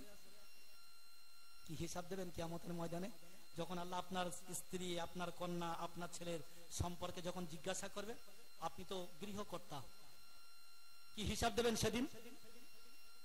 কোরআন, আল্লাহ অত বোকা না, আল্লাহ তার জন্য সুন্দর আয়াত দিয়ে দিয়েছে, ওয়ামুর আহলাকা বিসসালাতি ওয়াসতাবির আলাইহা, আপনি আপনার আহল খানদানকে নামাজের দাওয়াত দেন, অবশ্যই মুহাম্মদ আপনি তার প্রতি কায়েম থাকবেন। আমি রাসূলুল্লাহ শুধু আমার বিবিকে বললাম আয়েশা নামাজ পড়ে নাও, আমি খাদিজাকে বললাম খাদিজা নামাজ পড়ে নাও, আমার কন্যাকে বললাম কন্যা ফাতেমা নামাজ পড়ে নাও, আর আমি রাসূলুল্লাহ নামাজ পড়বো না, এটা তো কোনোদিনও হতে পারে না। আল্লাহ সেরকম একটা সুন্দর করে দিয়েছেন ওয়াসতাবির আলাইহা। এবার আল্লাহ আরো সুন্দর করে বলে দেন, লা নাসআলুকা রিজকা, বান্দা তুমি কৌশল চেষ্টা করো না, হয়তো সকালে গেলেন, সন্ধ্যায় এলেন, এমন ভাবে দুহাত দিয়ে হিচড়োচ্ছেন, কালকের 1000 টাকা হয়েছে, আজকে 1200 টাকা রোজগার করব, কালকের 500 টাকা রোজগার করেছিলাম, আজকে 700 টাকা রোজগার করব, কাল ওর পিছনে একটা বড় বাস দিয়েছিলাম, আজকে আর একটা বড় বাস দেবো, কাল ওর সঙ্গে চিটিংবাজি করেছিলাম, আজ একটু বেশি চিটিংবাজি করব। বান্দা মনে রেখে দাও, লা নাসআলুকা রিজকা, আল্লাহ এবারে সুন্দর করে স্যাটিসফাই করে দিলেন, নাহানু নারযুকুক, বান্দা এ তো আমার কবজার মধ্যে। কি সুন্দর কথা বলেন। তুমি দৌড়াও, যত দূর পর্যন্ত দৌড়াও, বান্দা আমি তোমাকে দৌড়াতে দিয়েছি, নাহানু নারযুকুক, আমার কবজার মধ্যে আছে। বান্দা তুমি যতই চেষ্টা করো, অসম্ভব, অসম্ভব। বন্ধুবর্গ, আমার টাইম শেষ, হয়তো 5 মিনিট বাকি আছে, তো ছোট্ট দুটো একটা কথা বলেই আমি আমার বক্তব্যের ইতি টানবো ইনশাআল্লাহ। কোরআন বলছে, আজ থেকে 1500 বছর আগের আয়াত। কুল আই মুহাম্মদ তুমি বলে দাও, যারা জানলো যারা জানলো না, যারা দিনের জ্ঞান অর্জন করলো যারা দিনের জ্ঞান অর্জন করলো না, যারা দিনের দায়ী হলো যারা দিনের দায়ী হলো না, যারা হাফেজে কোরআন হলো যারা হাফেজে কোরআন হলো না, যারা দিনের আলেম হলো যারা দিনের আলেম হলো না, যারা সুন্দর করে নামাজ পড়তে পারে আর যারা নামাজ পড়তে পারে না, এরা কি সমান হতে পারে? কি সুন্দর কথা বলেন দিন।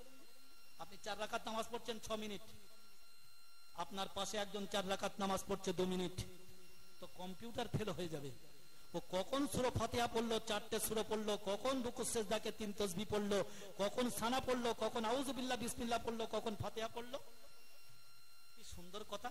কুলা হাল ইয়াস্তাবিল লাযিনা ইয়ালামুনা ওয়াল লাযিনা লা ইয়ালামুন, আই মুহাম্মদ তুমি ওদেরকে জানিয়ে দাও, যারা শরিয়াত সম্পর্কে জানলো আর যারা জানলো না, তারা কি দুজন সমান হতে পারেন? অসম্ভব। অতএব দিনের জ্ঞান আপনাকে জানতেই হবে, আপনাকে জানতেই হবে, কোনো রাস্তা নেই। শরিয়াতের জ্ঞান যদি আপনার মধ্যে না থাকে, আপনার মতন বড় মূর্খ এই পৃথিবীতে আর দ্বিতীয় কিন্তু কেউ নেই। আল্লাহ অন্য একটা আয়াতে বলছে, কুল হাল ইয়াস্তাবিল আমা ওয়াল বাসীর আম হাল তাস্তাবিজ যুলুমাতু ওয়ান নূর, আলো এবং অন্ধকার কি সমান হতে পারে? অন্ধ এবং দেখনেওয়ালা তারা কি সমান হতে পারে? কখনোই তো হতে পারে না। আলো তো তখন দূরীভূত হয়, আলোর মর্ম তখন আমরা বুঝতে পারি যখন গাঢ় অন্ধকার হয়, তখন তো আলোর কতটা প্রয়োজন তখন তা অনুভূতি দিয়ে ভাবতে পারি। এখন তো সে মনে করে আমার মতন সবাই, আমি যেমন দেখছি তারাও দেখছে, তাই বলছে কুল হাল ইয়াস্তাবিল আমা ওয়াল বাসীর আম হাল তাস্তাবিজ যুলুমাতু ওয়ান নূর, আলো এবং অন্ধকার কি একা হতে পারে? এক হতে পারে। যারা দেখে এবং যারা দেখে না তারা কি সমান হতে পারে? অবশ্যই। অতএব কোরআন শেখেন সহিভাবে। হয়তো বলবেন তাহলে এতদিন নামাজ পড়ছি ভুল হচ্ছে, আমি ওটা বলবো না। তো যখন আপনি পড়ছেন আপনার পড়ার ভিতর তো মানে তারতম্য হচ্ছে। এবার আপনার গুনাহ হচ্ছে না সওয়াব হচ্ছে, আপনার ঠিক হচ্ছে না ভুল হচ্ছে। আপনি ওই আয়াতগুলো মর্মার্থ সুন্দর করে বুঝেছেন? সালাম ফিরিয়ে ভেবেছেন একবারও যে আল্লাহ আমার এই 4 রাকাত নামাজ দরবারে ইলাহিতে কবুল হয়েছে কিনা? কোনদিন ভেবেছেন? কোনদিন একবার দোয়াও করেছেন আল্লাহর কাছে যে তাই তো আল্লাহ আমার নামাজটা কবুল হয়েছে কিনা? অতএব আও ওয়ালাদুস সালিহ, যোগ্য নবীর ওয়ারিস বানিয়ে যান পৃথিবীতে। আপনার মননের পরে কবর খুঁড়বে। এখন তো ভাড়াটে লোক করে, ভাড়াটে লোক গোসল দেয়, ভাড়াটে লোক জানাজা পড়ায়, ভাড়াটে লোক দোয়া করে। কেন? কি জন্যে? আপনার তো 4টে সন্তান, আপনার মেজাজে ভারসাম্য ছিল না যে অন্তত 4টের মধ্যে একটাকে আলেমে দিন তৈরি করি, একটা হাফেজে কোরআন তৈরি করি। ওটা হয়তো আমার ব্যর্থতা, হয়তো সেই সময় আমি আর্থিক দিক দিয়ে ঠিক ছিলাম না, হয়তো আমার দারিদ্রতা আমাকে গ্রাস করেছিল, হয়তো আমার সচ্ছলতার জায়গায় আমি পৌঁছাতে পারিনি, কিন্তু তবুও শরিয়াতটাকে মানেন। আলেমে দিনটা যেটা বলে, দুটো কথা ছেড়ে এসেছে, আলিমান আও মুআল্লিমান আও মুহিব্বান আও মুস্তামিয়ান। যদি আলেম না হতে পারেন মুআল্লিম হন, যদি মুআল্লিম না হতে পারেন আলেমদের ইজ্জত করেন, তাদের কাছে যান, তাদের সোহবতে যান, তাদের পা টিপে দেন, তাদের ওজুর পানি তুলে দেন। জানেন কত নেকি? ওই শিক্ষকের দোয়াই আপনার এমন একটা মাকসাদে মঞ্জিলে পৌঁছে দেবে আপনি কোনোদিন কল্পনাই করতে পারবেন না। শিক্ষকদের ইজ্জত দেন। তারপরে বলছে আও মুস্তামিয়ান, নতুবা তাদের কথাগুলো সুন্দর করে শ্রবণ করো, সুন্দর করে তারা যা বলে তুমি আলেম হতে পারোনি, মুআল্লিম হতে পারোনি, আলেমের ভালোবাসতে পারোনি, অতএব আও মুস্তামিয়ান, তাদের কথাগুলো শোনো। বাস্তব 100 আবেদের থেকে একজন আলেম আল্লাহর কাছে অত্যন্ত মর্যাদাশীল, কারণ তাকে নামাজও পড়তে হচ্ছে, মানুষের কাছে দিন প্রচার করতে হচ্ছে, তাকে নামাজও পড়তে হচ্ছে, আপনার ভুল ত্রুটিগুলো তাকে দেখতে হচ্ছে, তাকে তো হিসাব দিতে হবে।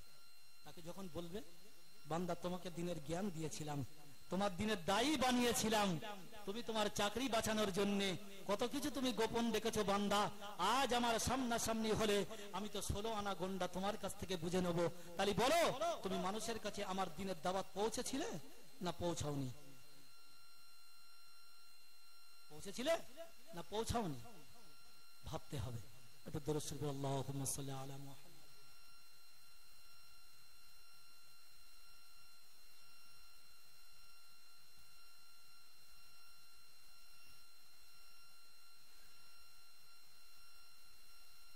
বড় আজীব যে আমরা সব সময় মনে মনে করি যে ছেলেটা সব থেকে দুর্বল, যার দিমাগ মোটা, যে অতটা ভালো করতে পারে না, তাকেই দেন মাদ্রাসায় ভর্তি করে। আর যাকে ব্রিলিয়ান্ট ভেবেছিলেন সেই হয়তো সেই সময়টাই এসে আপনাকে কোনো মূল্যায়ন করে না। সম্মান তো অনেক দূরের কথা, ছোট বড় কথা, এটা সেটা নানান রকম ভাষায় কথা বলে। অতএব যাকে বেশি অবহেলা করেছিলেন, যাকে বেশি তাচ্ছিল্য মনে করেছিলেন, যাকে বলেছেন তোর দ্বারাই কিচ্ছু হবে না, সে আজকের দিনের গর্ব, সে আজকের গ্রামের গর্ব, সে আজকের আপনার গর্ব, সে আজকের আপনার কবরের রাস্তা পরিষ্কার করার জন্য গর্ব। কারণ কিয়ামতের ময়দানে আল্লাহর কত বড় হিকমত দেখেন, আপনি অনেক কিছু করেননি। যাক আমাদের দিনের দায়ী আসছে, নারায়ে তাকবীর, নারায়ে তাকবীর, নারায়ে তাকবীর। আলহামদুলিল্লাহ, যোগ্য আলেমে দ্বীন। আমি হয়তো ভাষাগত ত্রুটি বা কোরআন হাদিসের আলোকে হয়তো বলার ভিতরে অনেক ভুল ত্রুটি হতে পারে। সন্তান হিসাবে, বন্ধু হিসাবে এবং অন্য কিছু ভেবেও যদি মনে করেন সেটা ক্ষমার দৃষ্টিতে নেব। রব্বুল আলামিন আল্লাহ অল্প সময় দিনের কিছু নসিহা আমাদেরকে শুনিয়েছেন। শোনার থেকে আমাকে আপনাকে সকলকে বেশি বেশি আমলে জিন্দেগি গড়ার তৌফিক দান করুন। সকলেই বলি আল্লাহুম্মা আমিন। ওয়া আখির দাওয়ানা আনিল হামদুলিল্লাহি রাব্বিল আলামিন। আসসালামু আলাইকুম ওয়া রাহমাতুল্লাহি ওয়া বারাকাতুহু।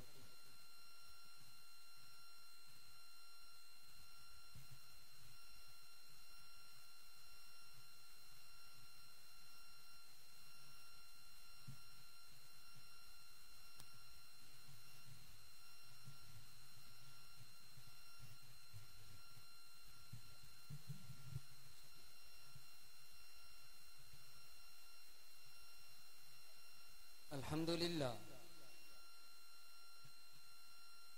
দীর্ঘক্ষণ ধরে আমরা জানার বক্তব্য শ্রবণ করছিলাম।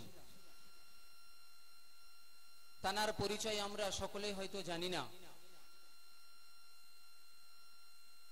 তিনি আমাদের কাছে যথাসময়ে উপস্থিত হয়েছেন আলহামদুলিল্লাহ, এবং দীর্ঘক্ষণ আপনাদের সম্মুখে কোরআন ও হাদিস দ্বারা আপনাদেরকে সুন্দর করে বুঝিয়ে দিয়েছেন।